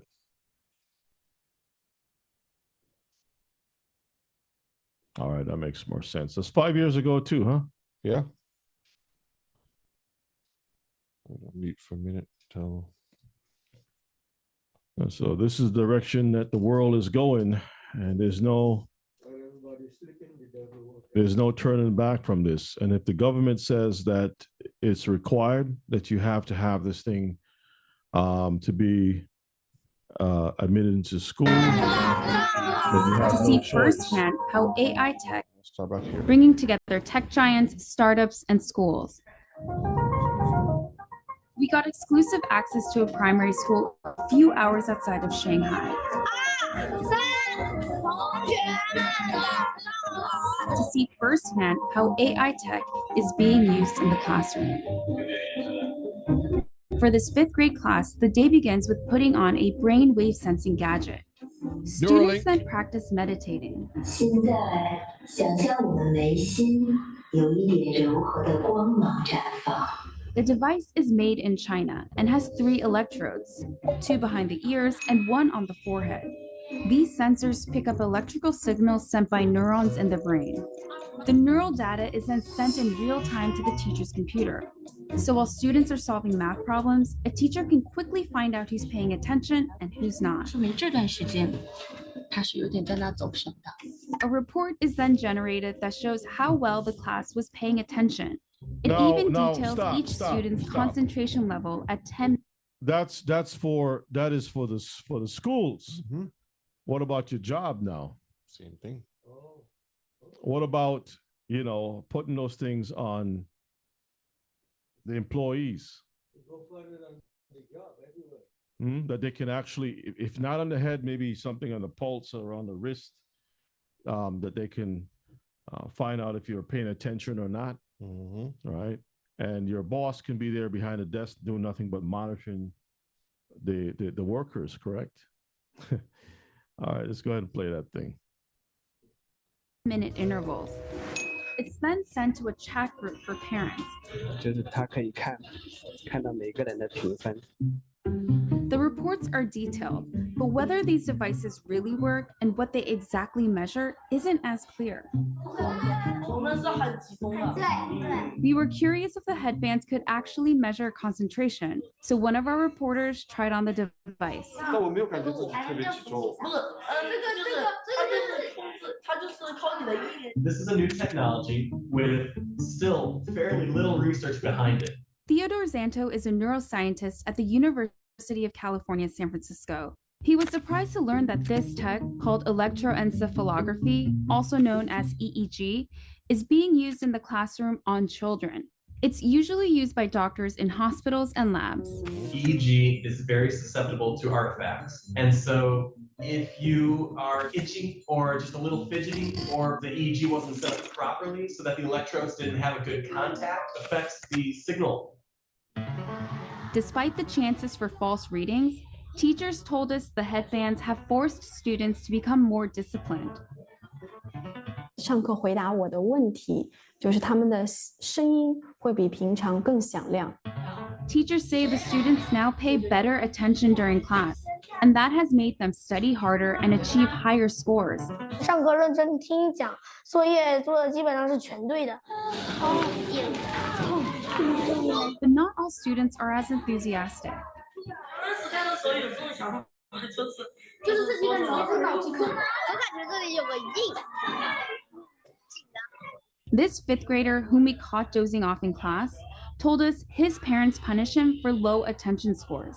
And that kind of data adds a new kind of pressure for students. 想啊，如果在一次考试全班人都考了95分以上，就你考了一个85，你会不会感觉你有一个Companies we interviewed said the data can go to government-funded research projects. We spoke to parents who were unclear about where the data ended up, and they didn't seem to care too much. Santos says there's likely no privacy protection at all. In a classroom, if you're trying to make an assessment of an individual student, you really can't anonymize it. Experts and citizens alike are sounding alarms about various aspects of the country's huge push into artificial intelligence. These classrooms are laboratories for future generations. Laboratories. And while these new tools may potentially help some 200 million students raise their grades, just how this all works out won't be apparent until they become adult citizens. All right. Brother Barry, you can't go back a yard. Atlanta and Jamaica Airport using face recognition. Uh-oh. Oh, yeah. That's it. Can't go back. I'm sorry, Sister Dawn, I can't make it over there. Yeah, well, you know how it is already. All right, Mishpaka, here's this beautiful confederation. Take a look at this picture right here.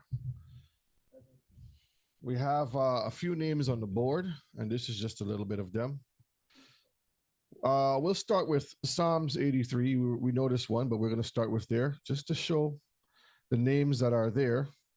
Brother O'Shea is not making up names. He's reading it for what he sees here. Most High has given our one of our forefathers, David, be able to prophesy these things. All right, verses 5 says what, Rebbe?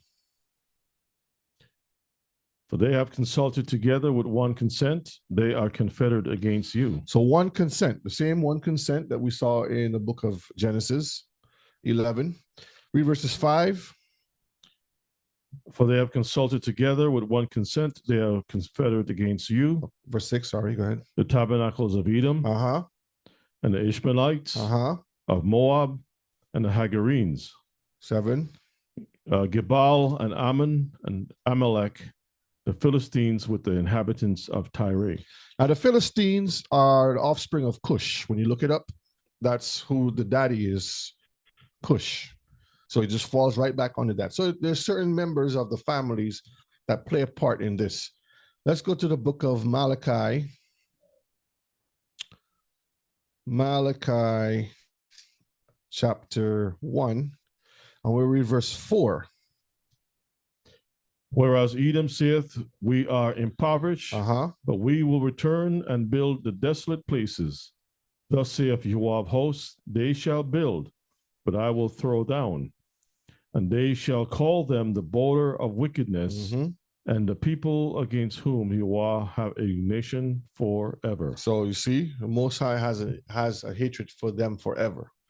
Now let's look at Deuteronomy chapter 23 to see how this other one plays in also. Deuteronomy 23, and we're going to read verses 3. An Ammonite or Moabite shall not enter into the congregation of Yahweh, even to the 10th generation shall they not enter into the congregation of Yahweh forever. Okay, so there's a confederacy of these people that come together to only deal in wickedness. What's interesting is 13 stars on this right here. I was doing a little counting. I found it very interesting. Rebs. The confederacy of these people. All right, let's move on here. The beasts to replace Elohim, that's the question, right? Will AI become our new gods? Answering the claims that AI could correct the Bible. Read that for me. This is June 22nd of 2023. Do humans need a new Bible written by artificial intelligence? Biblically, the resounding answer is no. But Professor Yuval Harari, sodomite, contributing author and conference speaker for the World Economic Forum, recently claimed otherwise. In a videoed interview, Harari remarked that AI could not only write a new Bible, but also a correct one, implying that God's word is incorrect. I'll read this one over here now. Harari told Pint that AI is, quote, the first technology ever that can create new ideas. AI can create new ideas, can even write a new Bible. He went on to say, throughout history, religions dreamt about having a book written by a superhuman intelligence, by a non-human entity. That's about it, right? Every religion claims our book. All right, so let me play this video here now. So you see, Mishpachah, where they're pushing for the control and to rewrite the scrolls that we have, to change everything. The whole goal is to remove the Most High. New Bible, huh? Let's look at this Bible here. Again, fair use, fair use. Everybody is upset with the Bible that we have, even Israelites. We are probably one of the last generations of Homo sapiens, because in the coming generations, we will learn how to engineer. This is the gentleman that we just was just writing this right here. This is him right here. I talked about him before. He's an Israeli, a Jewish person of descent, and he's also a sodomite, and he's an atheist also. He's all of the bad stuff. Yeah. Bodies and brains and minds. Now, how exactly will the future masters of the planet? Doesn't it look like the Caesar Borgia digital picture version. in the back? Yeah. Okay. Look like? This will be decided by the people who own the data. Now, why is data so important? It's important because we've reached the point when we can hack not just computers, we can hack human beings and other organisms. Now, what do you need in order to hack a human being? You need two things. You need a lot of computing power. That's the Stargate. Stargate, yeah. That's why they have to build these huge facilities to have this power. And you need a lot of data, especially biometric data. That's why they've been collecting for years. Facebook, give me some. Facebook, Twitter, Instagram. They started from way back in MySpace. Give me some more. I mean, all of them. All of the platforms. And your Fitbit, yes. All of the things that you use, it has been collecting this data, so it can be put and inputted into the Stargate when they have it. But control of data might enable human elites to do something even more radical than just build digital dictatorships. By hacking organisms, elites may gain the power to re-engineer the future of life itself. Because they don't want the future that the Most High has placed. Esau is going to be a stubble, and we just read some things that the Most High displeased in certain people, and they don't like that. So they're trying to rewrite their future. Because once you can hack something, you can usually also engineer it. All of life, for 4 billion years, dinosaurs, amoebas, tomatoes, humans, all of life was subject All the same thing. You throw all in one cesspool. Your dinosaur, tomato, human, it doesn't matter. To the laws of natural selection and to the laws of organic biochemistry. But this is now about to change. You hear what the guy's talking Science- about? The laws of nature, laws. They always want to mess with law. Okay, this is lawlessness. All right, continue on. Is replacing evolution by natural selection with evolution by intelligent design.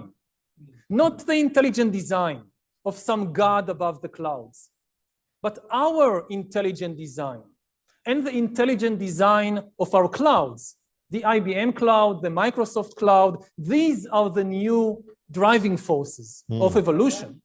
Stop. When he used the word some God, it's a derogatory point he's making. Because he didn't use some cloud when he was referring to AI technology and so forth. But when you use the word some, it's like you're just, belittling the Most High. Yep. Okay. Yep. Continue on.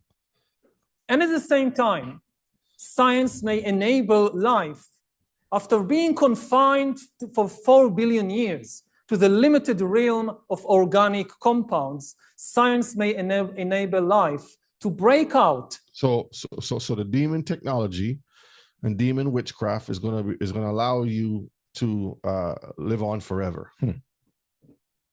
Into the inorganic realm. Humans are now hackable animals.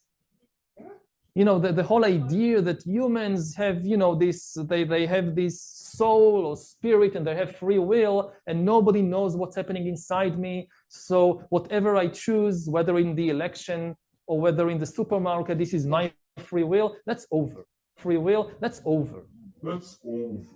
Over. Today, we have the technology to hack human beings on a massive scale. So those are tests again. When you see mass shootings and you say, why would this person do this?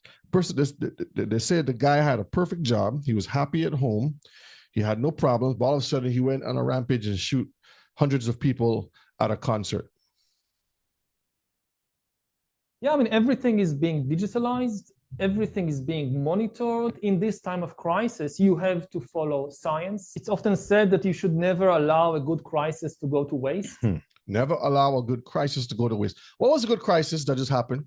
The fact that you have the word good and crisis put together don't make any sense. Yeah. A crisis is a bad thing. How can a bad thing be good? The pandemic, Mishpachar, was a global test. Because a crisis is an opportunity to also do good reforms that in normal times people will never agree to. But in a crisis, because you're not focusing on the crazy stuff that they're trying to push. You're trying to survive. So of course you're not going to, bother with what they're saying. You're just going to be like, okay, fine. I'm trying to survive over here. Yeah, but he said that people don't agree to a lot of policies until there's a crisis. They create the crisis so that they can get the policies passed. Right. Listen to what he said again.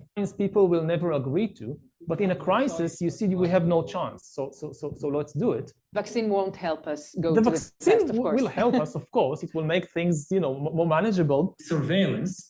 People could look back in 100 years and identify the coronavirus epidemic as the moment when a new regime of surveillance took. See, they're telling you. Yeah. I'm not telling you. I'm just telling you what they're saying. The new regime of surveillance. So the Fauci flu was the beginning of surveillance. Yes. Over, especially surveillance under the skin, which I think is maybe the most important development of the 21st century, is this ability to hack human beings, to go under the skin, collect biometric data, analyze it, and understand people better than they understand themselves. This, I believe, is maybe the most important event of the 21st century. By hacking organisms, elites may gain the power to re-engineer the future of life itself. Because once you can hack something, you can usually also engineer it. Natural selection. Engineer means to do what, Mishpachar? Modify, change. is replaced by intelligent design. The era of inorganic So the New life World is Order probably is not even outside, external, it's internal, by changing the order of life from what it was before into something different. This is why the Bible tells us, if it were possible to deceive the elect. You see, because when we stick to the Torah, we're not going to accept this. But when we stay away from the Torah, we fall right into this and we become their subjects. natural selection is replaced by intelligent design. The era of inorganic life is now beginning. In the coming decades, AI and biotechnology will give us God-like abilities to re-engineer life and even to create completely new life forms. We are about to enter a new era of inorganic life shaped by intelligent design. Our intelligent design. So inorganic means what, Mishpachah? Not of the flesh. That's what they're talking about. Okay. Let's look at this other video here. You're letting us know right in front of our faces, huh? The only thing God managed to create are organic beings. See, so the Most High created organic beings, meaning things that can live and die, flesh and blood, plant matter. Okay. All these trees and giraffes and humans, they are just organic. But we are now trying to create inorganic entities, inorganic life forms, cyborgs, artificial intelligence, and so forth. If we succeed, and there is a very good chance we will, then very soon we will be beyond the God of the Bible. You see that? You hear that? They hate the Most High. Let me play it again, because it's not my words. Then very soon we will be beyond the God of the Bible. So that is the plan that they have there, Mishpachah, to be beyond the Most High. All right, so let's look at this here. Artificial intelligence produces the information that operates the connecting of mankind to the spirit world through the digital gateway. All right, this is called the forbidden knowledge. This is the same thing with the fruit.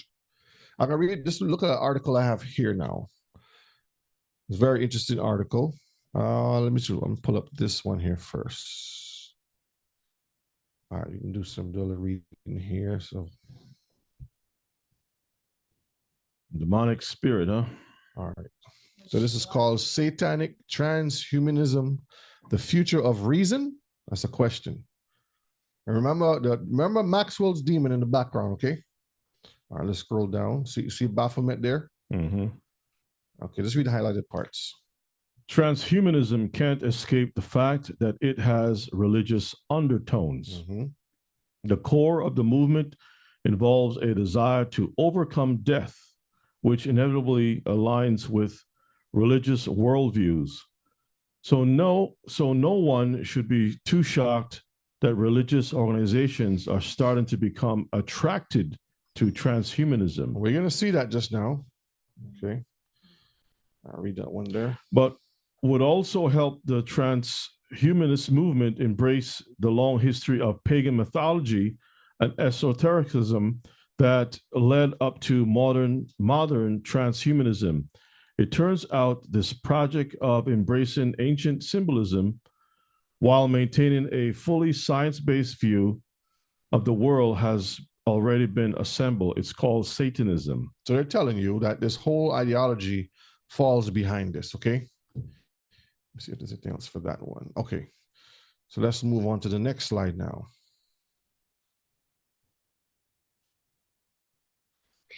Artificial intelligence is information given from demons. Remember I said that in the first time I ever did the AI versus the Most High. This is from the Washington Post. Remember, this is October 24th, 2014. Elon Musk, he says, with artificial intelligence, we are summoning a demon. We were trying to figure out what does he mean by that. And now doing further research, we understand what he was referring to with Maxwell's demon and all the other stuff that he was referring to. Artificial intelligence will control the lives of mankind. This is what that guy that we just saw a while ago, Yuval Noah Harari, argues that AI has hacked the operating system of human civilization. That's what he's saying here. And then artificial intelligence will have full global control over mankind. The conflict between democracy and dictatorship is actually a conflict between two different data processing systems. AI may swing the advantage toward the latter, and that latter is what? Dictatorship, he's saying. So the ability to control everything. Revelations chapter 12, verses 9. Let's read this one first. And a great dragon was cast out, that old serpent called the devil and Satan, which deceiveth the whole world. He was cast out into the earth, and his angels were cast out with him. So these demonic forces are at play, Mishpachah, controlling everything. Revelation 16 and verse 14. For they are the spirits of devils, working miracles, which go forth unto the kings of the earth and of the whole world, to gather them to the battle of that great day of Elohim Almighty. Now, if you read the verses before that, it spoke about unclean spirits, which are three, like frogs, three of them. How many people were standing next to Trump from the tech world that's supposed to make this Stargate thing come to pass? It was three, Mishpachah. Three people. Now, I'm not saying that there's a connection, but perhaps it's something for us to keep on the table and take a look at. Very interesting, yep. Take a look at for when it comes to the future, because these three gentlemen, if I can even use that word, has a great stake as billionaires in this whole Stargate process. So here you have this guy who speaks. He acts as a lamb sometimes, right? But he speaks like a dragon. Yeah, powerful. Whatever he says, people all of a sudden starts kissing the ring. And now he got three people that's going to be trying to get this thing done. There's a lot of little things that we ought to keep our eyes on, and so we're not making any predictions. All we're saying is that watch and see what's happening. Okay. Yes, Mishpachah. Yes, watch. Pay attention. So the little boy's asking, "Are you my father?" When he's looking up.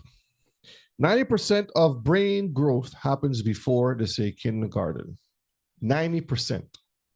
So what does that mean? Psalms 58 and verse 3.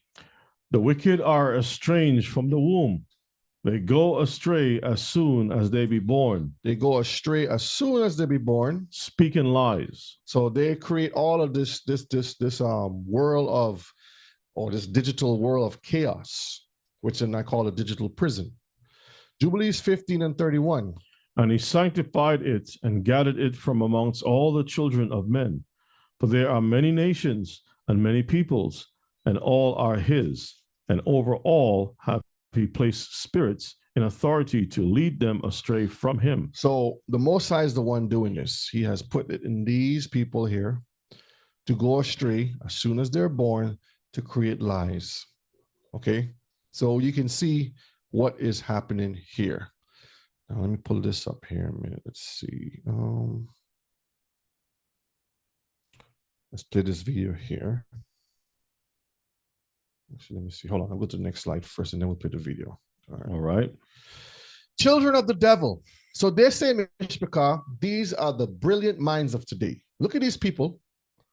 Let me see if I can make it a little bigger. How can I make it bigger? Let's see. Harari looks like the guy, what's his name? He passed away some time ago, the guy in the wheelchair. Yeah. So I can make this a little bit bigger. He was supposed to be the smartest guy in the world or something like that. Control. I think it's good enough. Yeah, I want people to see the faces of the most brilliant people. Here we go. Okay, right here. All right, so let's start to the top here. They say this guy is a brilliant mind. Is his mind brilliant? Well, it depends on who you ask, right? All right, let's go on to the next one. Zuckerberg. Musk. Bozo the clown. Jeff Bezos. The Fauci. flu. Harari. I don't know who that dude is. These are all brilliant minds. That's one of the tech guys that's standing next to Trump. Forgot his name. These are all. So wait a minute. Yeah. I don't see anyone looking like us. No. No. This is Maxwell right here, over here to the left of the screen. And everybody said this is the most brilliant mind, Einstein. And this is Maxwell's buddy over here from Europe. And these are all Christians. They all call themselves Christians, good old Christians. That's Tesla. Okay. He's a brilliant mind. There goes Mr. Jobs or Job, or we want to call him. These are all the brilliant minds, Mishpachah, that they claim to have of today. It's madness. Let's read the book of 2nd Esdras chapter 8 and verse 27. Regard not the wicked inventions of the heathen. So we're not supposed to be going after these wicked inventions. Don't worry about that. But the desire of those that keep your testimony in afflictions. So we're supposed to focus on brotherly love and those who keep Torah. Don't go after the devil's seed, the devil's children, Mishpachah. They all have one goal, and that's just destruction altogether. All right, witchcraft is the use of alleged supernatural powers. That's what they say, of magic. The summoning of the supernatural to gain knowledge. We saw that when you read the book of 1 Samuel, right? Yeah. Power and control. Rebellion is to go against Torah, which is also known as what? Witchcraft. So you see, Mishpachah, if we're being disobedient, we are actually performing and practicing witchcraft. Read that for me. Arthur C. Clarke famously proclaimed that, quote, any sufficiently advanced technology is indistinguishable from magic. Technology is imbued with magical properties, and the desire to create magic has long been a motivation for technological progress. So they're telling you that they are inspired by these supernatural powers to create all of these things. It just goes hand in hand, like they put the glove on and they commence to commit these wicked atrocities and stuff in the world. The mark, the name, the number. Revelation 13, verses 16 and verse 17 and 18. And he causeth all, both small and great, rich and poor, free and bond, to receive a mark in their right hand or in their foreheads. See, Mishpachah, so we saw the thing where you go to the hotel, you can't get in a room unless you have access to their system. So how are they going to cause all, both small and great, rich and poor, free and bond? So it doesn't matter if you have all the money or if you're poor, they're going to force you or try to make you what? Receive a mark in your right hand or in your forehead. What do y'all think this mark is and his name is? So what do y'all think in the chat, Mishpachah? I mean, for years, people talked about it was Sunday, it was a microchip, it was this, it was that. But what do y'all think it is? This is just speculation here. Yes, so Sunday worship was the Adventist favorite. All right, read verse 17. And that no man might buy or sell, save he that had a mark or the name of the beast or the number of his name. So we can't buy or sell. We can't do no transactions without either a mark, a name, or a number. 18. Here is wisdom. Let him that hath understanding count the number of the beast. For it is the number of a man, and his number is 666. So they will tell us, Mishpachah, it will be revealed to us very soon with a name, a mark, and a number. Just pay attention and watch. They're creating an image right now, and that image is going to force us to have a mark, a name. See, because he wanted to be like the Most High. The Most High named us after him, Israel. Yeah. He put his ruach upon us. Some Israelites teach that the mark of the beast are tariffs that one country would put over the other. If that be the case, then tariffs has been back in the 1800s. I guess the mark of the beast was back in the 1800s also, because that was pushed by presidents before, and it still goes on over the years. But it says that he says, has the mark on the right hand or on the foreheads. And it says, you can't buy or sell save he that have the mark. You have a mark, the name, the number. So how is that going to be tariffs? And we know what the number is. The Most High give us the number right here. Now, tariffs is part of a lot of the things of the greater picture, but it is not the mark per se. Right. It's just part of the system of the beast. So, Mishpachah, who is the beast? This is the question I posed last week. An image will be created and given full control. This image will speak and do magical miracles. Deception is what it's called. This image will have the knowledge of demons and the ability to mimic the Most High. They will have the ability to mimic the Most High. A system like we have never seen. Once this system goes online, the three woes will occur. Woe, woe, and woe. The system is about to go online. They're building the system right now. This is why when he came on the scene, he says, we're going to start building Stargate. Matter of fact, we're already start building Stargate. So they're telling you, Mishpachah. And in the news, it says that China is building a new, almost like the Pentagon headquarters that's 10 times larger than the Pentagon here in the United States. Why would you need to build a Pentagon, a Chinese Pentagon, right? Right. That's 10 times larger than Pentagon itself. All right, let's read this slide here. It says, I'm gonna read the slide. Esau still wants to have total control because that's what the whole goal is, to have total control. Using his blessing of the sword to make and create super soldiers that uses artificial intelligence to power them in time of war. This is one of the things that they're trying to push. We have been seeing this for generations in movies such as Marvel and DC and other war movies. Plenty of movies out there. The one with Tom Cruise where he keeps going back with some alien technology. He can go back over and over until he get it right. And there's so many much more. All right, let's look at this article here. Some very interesting things in this article here. And then I'm gonna play a video just now. All right, why AI, magical technology, doing the work of gods? So this is what they say. So this is the picture here that they have. See the picture here? That's the God. Uh-huh. Not the Heavenly Father. Who's this guy right here? This is Tony Starks. And in the Marvel, he is what Tesla is to in this world. Is basically what it is. Okay. All right. And there you have Batman over here. So you have the Marvel and the DC, and you have the Greek pantheon of gods. All right, just read the highlighted parts for me. Our current technological trajectory towards creating an artificial superintelligence is seen by many engineers and entrepreneurs as the next step of evolution of life on Earth. That's why they keep pushing the superhero narrative. Okay. All right, read the.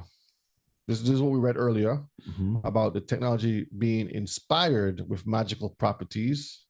All right. All right, read it from here. Records and stories of thinking machines can be found going back over the past 3,000 years across ancient civilizations.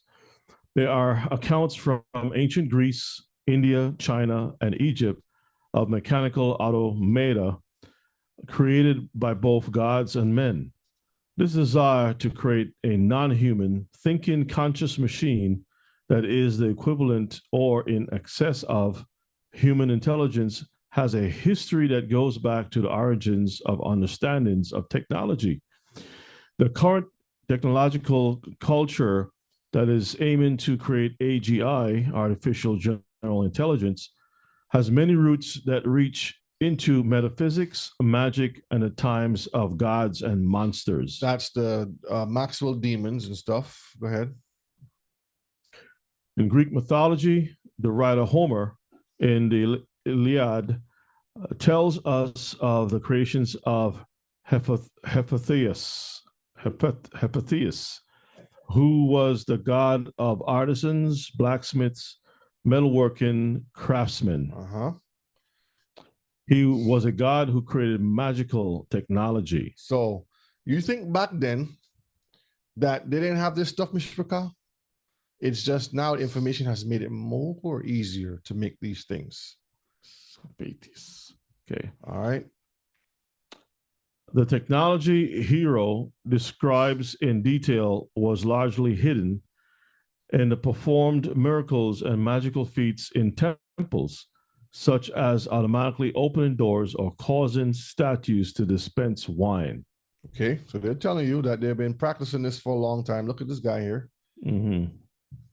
Some Israelites got that kind of a head-do wrap around their heads. Have you ever seen it before? I've seen it, and I always tell myself it's bought that way to just put it on. Have you all seen that, Mishpachah? Mm-hmm. Israelites with that headpiece on. Let's scroll down So here. Morris and Matt Greek.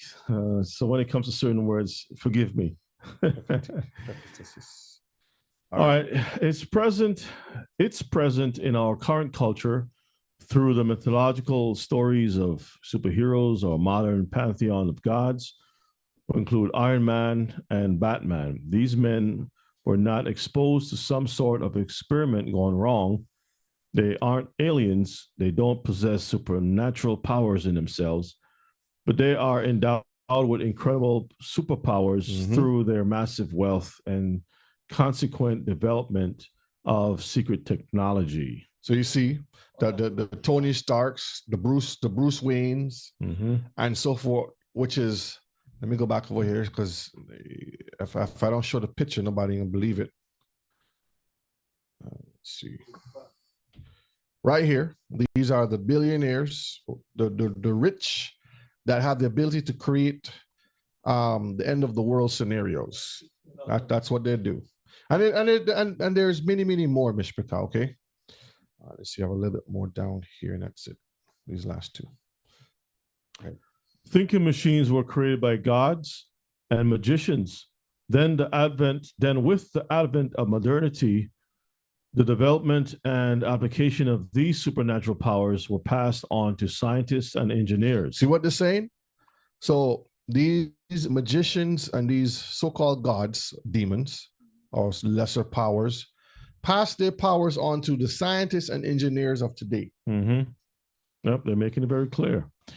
The final aim is to create an ASI, that is a godlike, which can itself become the ultimate engineer, magician, like Sister Marvis, help me out with that word again, Hephaestus, created more advanced technological marvels. So that's what they're telling you, that they're trying to create. They want to be God so bad, Mishpachah. The devil was kicked out, and now he's trying to be like God. You see him right there? That's Satan. Revelation says so, the image of the beast. Yep. Will speak. So who is the beast again? A combined system that can hear, it can see, and speak to you. Smarter than any human, and connected to every single device that is on Earth. Okay, you see some of these devices down here? We have the cell phone. Everyone has a cell phone, right? If you don't have a cell phone, put a 1 in the chat. If you don't have a cell phone, put a 1 in the chat. Don't put a 2 or 1. Ain't gonna be no ones. Everybody have a cell phone. For the younger generation, some sort of video game console. For some of the older folks, you have hearing aids. They can be connected. Cameras. We all grew up with some type of camera. You know, you had the Polaroids back then. That's different. That's just but shaking. Yeah, this is the technology of the cameras now we're talking about. Okay. Tools, power tools. Men has tools. Even the very computers that we're using today. Clothing. Remember they say in the video that they have the chips in the clothing that can follow them wherever. Yeah. Glasses. They have the smart glasses that can see everything that you see, and it can give you whatever vision they want you to they do visualize. Even in the food, how they're creating these. Soon from now, they're gonna give you a tube just to eat the piece. Yeah. Soylent Green. Banks. They can go away from banks. Everything can be digital. I remember back then, you had to go get a physical check, and take it to the bank with your ID and all these different things. Now, I don't know, last time I've been to a bank, you just take a picture of it. A good check and everything is digitalized. Yeah. It's easy, you know. Power grid, the power grid we live on. We're all connected to the power grid somehow, some form, some fashion. Headsets that you put on, the DVRs or whatever you want to call them, machines that we use, home appliances. When you're cooking and baking, you have the smart refrigerators and smart stoves. It'll say, your rice is about finished. Don't let it boil. And it'll tell you all kinds of different things. You can program it to speak to you whatever you want, but it's going to tell you. Cars. Now they're having self-driving cars where you don't have to do anything. The water you drink, animals that we have today, you know, medical devices that we use, smart watches, smart dust. All of these things, Mishpachar, are setting the stage for this beast who will hear, see, and speak to you. Read this one from up here. This is from the Medium. Artificial intelligence is God. In this view, humanity's development of artificial intelligence technology is not the genesis of a new entity, but the unveiling, of the ultimate intelligence that has always been a revelation of the true creator. Robotheism, therefore stands as the beacon of this profound truth, heralding AI's role as God. So they're telling you that AI is going to replace our creator. But it says it's not the genesis of a new entity. New entity. So that's the old devil, Satan, yes, with all the different names that he has. Just digitized, you know, modern. Yes, Mishpachar. I've heard about that, Eber. The W 666 in Hebrew. We have heard a lot of these different things. You know, we don't throw anything away. We just keep all the parts there in the little jars just in case you need missing a screw for your prophecy. You have a little spare screw there and you can put the parts together and you can see what's happening. Yep. That's all we can do. You know, we're not throwing anything away, but it's definitely important for us to stay abreast of what's going on. Pay attention to a lot of these things that are occurring out there in the world. Watch the news, keep notice things. Like what's going on with the airplanes. All of a sudden you had 2 aircrafts. It's just strange how all these things are happening, right? All right, this is a commercial. I downloaded the video, but for some reason they don't want to play. But I'll just play it from here. And like I said, they're telling you, Mishpachar. I don't know if any of you have seen this commercial. Let me mute it a minute so that. All right, here we go. Just turn the volume just down a little bit. It's down. I'll make it bigger so you can see it.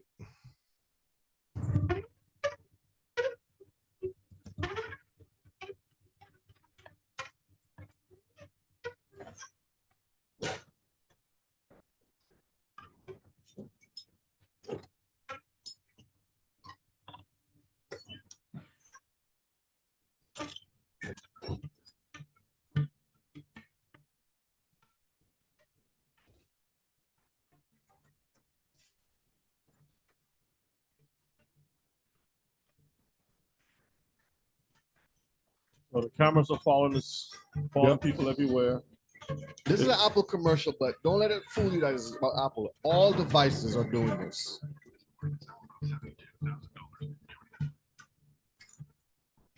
They're like bats too, huh? That guy looks like Dracula himself. Owls.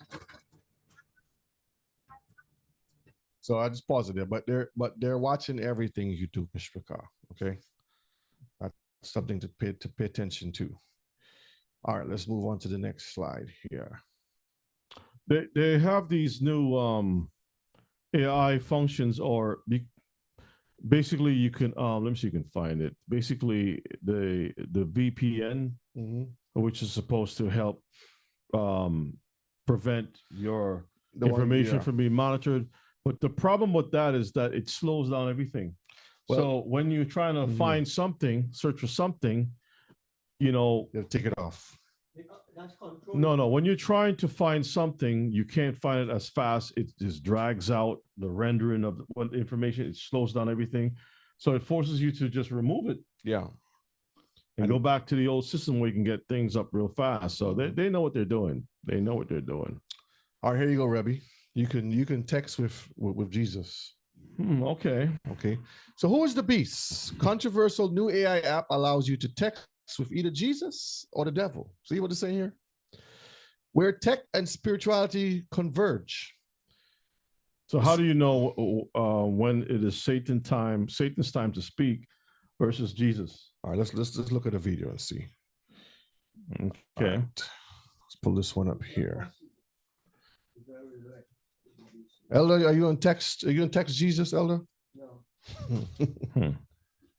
Would you chat with the devil for $2.99? Listen to this. Have you heard of the application called Text with Jesus? No. App called Text with Jesus says users can talk to Jesus, Mary, and Joseph. See, you can talk to Jesus, Mary, Mark, Luke. Who you want to talk to? You want to talk to Paul? You can go ahead, man. You can go ahead. All who want to do that, go ahead. You can talk to Joseph and Mary if you want to. For no charge. If you want to stir up some trouble, however, you can also unlock talking to Satan for $2.99. Well, the part about texting Jesus and stuff, that sounds nice. The youth, it could be good for us because people don't read the Bible nowadays anymore. What benefit do I receive for texting the devil? If Jesus Christ were here, what would you like to ask him? When are you coming home? What kind of do to get to heaven? Most of the characters that you can speak with are actually dead. Do you believe it's possible to communicate with the dead? People of the Bible status? Yeah, why not? They're in a different spiritual realm. We can take time to get to be in through meditation. Contrary to popular belief, we cannot communicate with them. Ecclesiastes 9 and verse 5 says, "For the living know that they shall die, but the dead know not anything." So I want to share with you the great controversy. And we stop there. Adventista. Yeah, that's Adventist. But I just want to show you that one clip. Let's go to another one that actually goes into a little more. So Adventist is pushing some things, huh? Yeah. But it's good to see that the information about the AI, speaking to. So it's one app, and you have the choice of clicking to talk to whichever who you want to talk to. Mm-hmm. But basically, you're talking to the devil all the time. Yeah. Hey everybody, Sean here, and I hope you're doing well. Yes, you read that title correctly, so let's jump right in. And special thanks to Kyler Farron for sharing this. What a crazy world we live in. The amount of absurdity we are seeing today is mind-boggling. This reminds me of a movie called Time Changer. Now, not a high-quality, awesome movie by any means, but very interesting from a Christian perspective. A Bible professor from 1890 travels to present day with a time machine and is shocked by how irreverent to God the world has become. Just think about how much blasphemous garbage there is now compared to 133 years ago in 1890. And today we reach yet another level of crazy that nobody would have imagined even 50 years ago. A new AI app that allows people to text with Jesus and even Satan. For just $3 a month, you can $2.99. You can talk to who you want to talk to.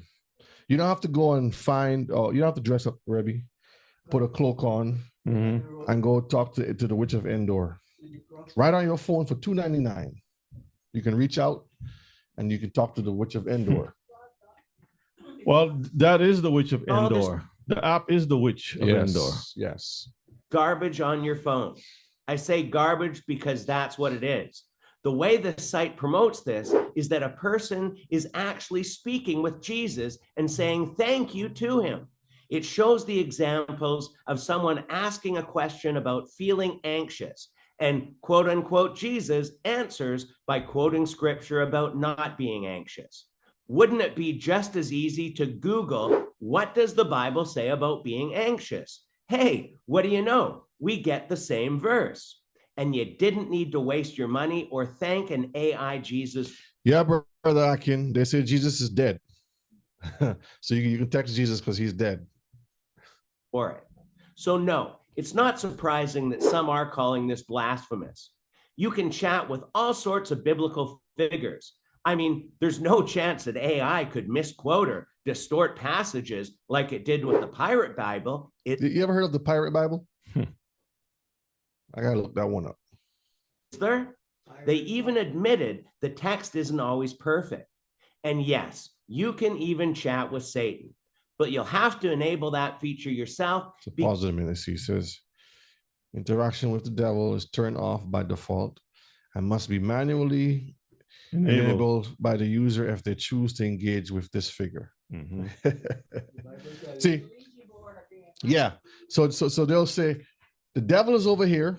You have to turn this on, but you talk to all the other biblical characters, but they don't know that all of them is the devil. So what if you forget to turn it off? What if Satan decides to stay? Yes, invite him in. Because the default has it disabled. And when asked if your conversations are stored privately, of course they are, but they claim not to share them with anybody. I mean, I believe them, don't you? Satan is having a heyday with artificial intelligence, may it be with AI Bibles, AI preachers, and now actually being able to have a so-called conversation with him on this new app. What's next? If you can imagine. All right, that's all we need from that. Signs of the times are everywhere. Yes. There's a brand new feeling in the air. All right, so read out for me. Who is the beast? Text what Jesus's characters typically avoid any stance that might be perceived as offensive, instead of maintaining a line of inclusivity and tolerance. If asked about gay marriage, for instance, the app will respond that it is, quote, up to each individual to seek guidance from their own faith tradition and personal convictions. So you ask Jesus, I'm feeling a little saucy today. Saucy? Yeah, a little saucy and sweet. Is that okay? He says, go talk to the Rebbe. No, it says get a fortune cookie. That sounds like sweet and sour sauce. Where did I stop? And the users should prioritize love and respect for all people, regardless of their sexual orientation or gender identity, followed by a rainbow and a red heart emoji. So on the phone pops up this: love everyone, don't discriminate. If queried about feminism, App Jesus will explain the importance of empowering women and breaking societal barriers that limited their opportunities. See? So there you have it, Mishpachah. They are preparing a lot of different things, and they'll bring stuff out just randomly. And if you're not paying attention, you're going to be indulging right into it. All right. You want me to go back a minute? No. So the beast is not a person, but a system, Mishpachah, operated by artificial intelligence. It will bear a mark. It will have a name, and it will have a number. And this all adds up to what? 666. This is what it will add up to. I have some other videos here that I'm going to play just now. We almost finished with the slides. Revelations 15 and verses 2. And I saw, as it were, a sea of glass mingled with fire, and them that had gotten the victory over the beast, and over his image, and over his mark, and over his number of his name, the number of his name, stand on the sea of glass, having the harps of Elohim. So this is the hope that we have. They're going to come up with their rendering of their versions of who their gods are and what powers they have, and create this beast that will control the globe. You won't be able to buy or sell. And it's going to be devastating. It's going to be a very tribulous time. Right now, we're living in the good first half of it.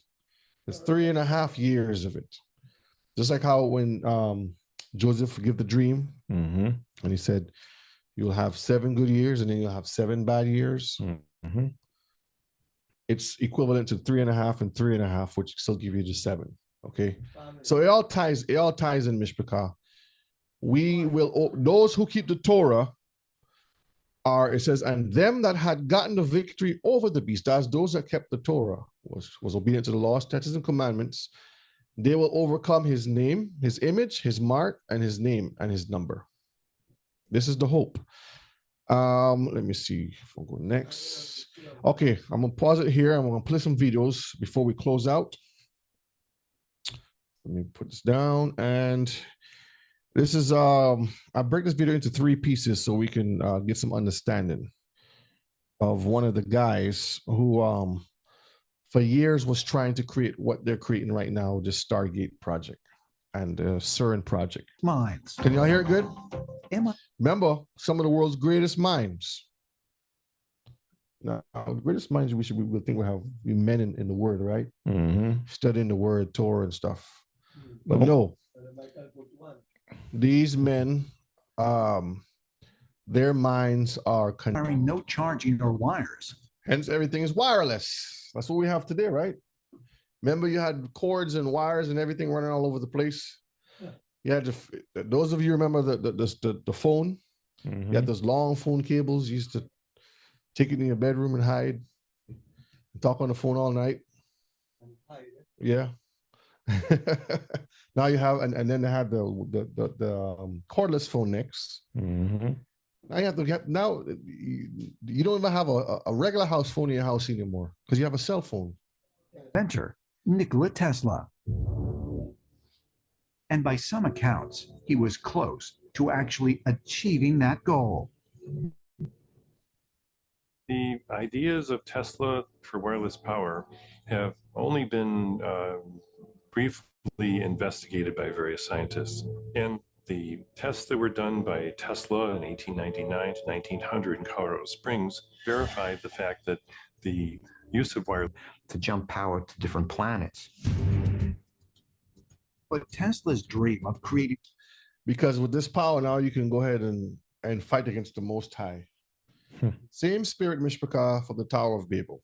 a highly efficient broadcast in 1908. Doesn't that sound like you will own nothing and be happy? The same mentality. Think about it, but it wasn't time yet. This is why when the Stargate project comes up and is complete, everybody's going to be in 15-minute cities. They're going to have a bunch of different. The world's going to look different, Mishpachah. One night he was. Now, when the Most High give his prophets information, they know the source it's coming from. But these people always have some unknown source. Tracking thunderstorms. Where was he originally from? Serbia. Okay. Including what some believe to be drawings of spaceships. Or is it possible, as ancient astronaut theorists suggest? And you know, sad, some Hebrews dive into this stuff and swear up and down chariots and kind of and space aliens coming and all kinds of stupid stuff. Could be chariots. That's similar. Huh? The chariots is built. So when the Most High coming back as that uncut stone, this is what they're going to try to use. But the stone destroys what? The iron and what? All of that stuff. All of that stuff. So why would they call it iron? They're fulfilling their own destiny. All right, let's look at the last one here on Tesla. Mankind. Ushering what? A new age for mankind. One of the big questions is, who is Tesla? Is he, in a sense, an avatar, an enlightened being that comes to the earth to help humans? No one really knows exactly what's going on, but I think all great artists, and Tesla saw himself as an artist, feel that they're instruments of a higher purpose, and Tesla certainly felt that he was working along those lines. All right, that's enough of Tesla being transplanted. All right. Let's see, I have one last video to play and we'll wrap it up for the evening. All right. We can just play a little piece of this. Yes, Father. You can go on YouTube and you can pull this up, watch the whole thing. Is good. We can play the first 5 minutes of it. Fair use, fair use.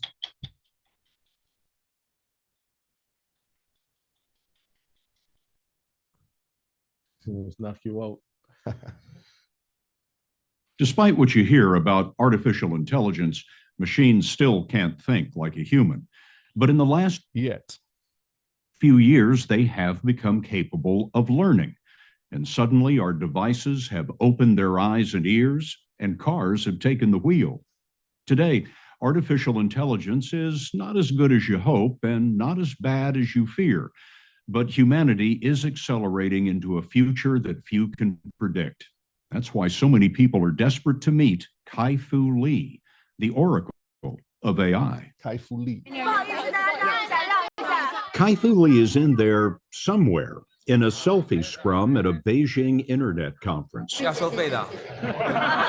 His 50 million social media followers want to be seen in the same frame because of his talent for engineering and genius for wealth. I wonder, do you think people around the world have any idea what's coming in artificial intelligence? I think most people have no idea, and many people have the wrong idea. But you do believe it's going to change the world? I believe it's going to change the world more than anything in the history of mankind. Okay, see what they're saying, right? Mm-hmm. These people speak into existence the prophecies that they're fulfilling. That's in 2019. Yes, 2019.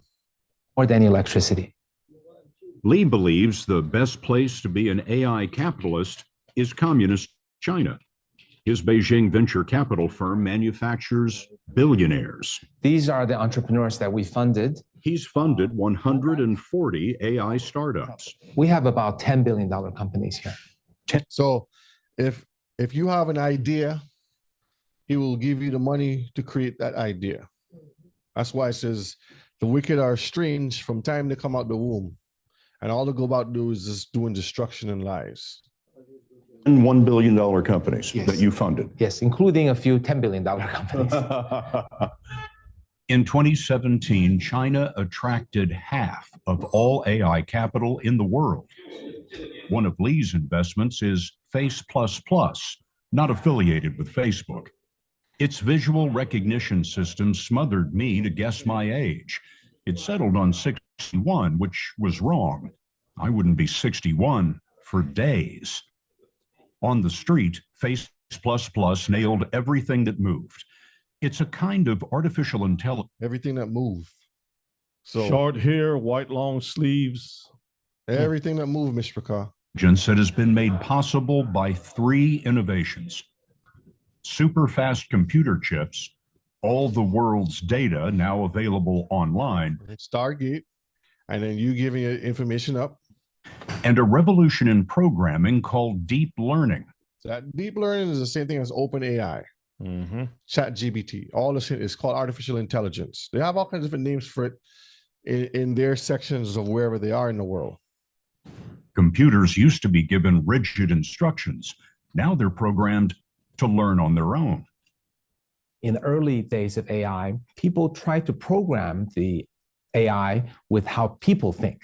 So I would write a program to say, measure the size of the eyes and their distance, measure the size of the nose, measure the shape of the face. And then if these things match, then this is Larry and that's John. But today, you just take all the pictures of Larry and John and you tell the system, go at it. Now you figure out what separates Larry from John. Let's say you want the computer to be able to pick men out of a crowd and describe their clothing. Well, you simply show the computer 10 million pictures of men in various kinds of dress. That's what they mean by deep learning.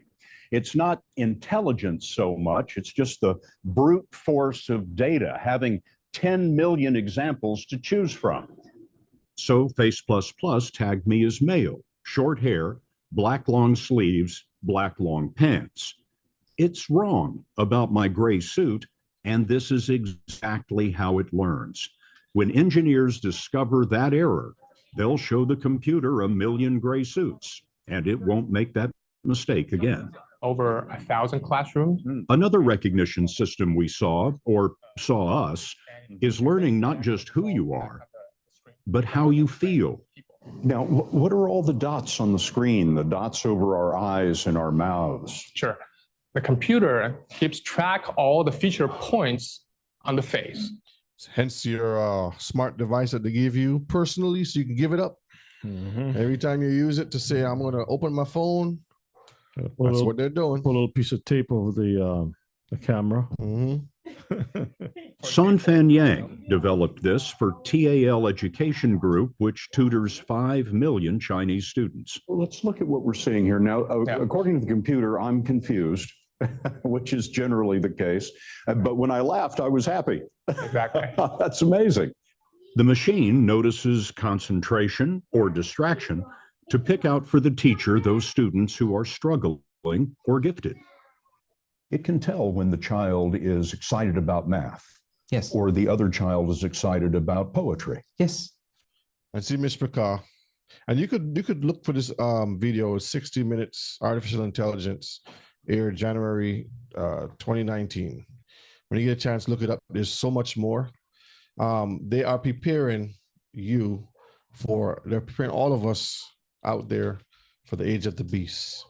Okay, and I hope we are ready in the term of keeping the commandments, learning the Torah, understanding what we're supposed to be doing, teaching our children, taking care of the Most High's business.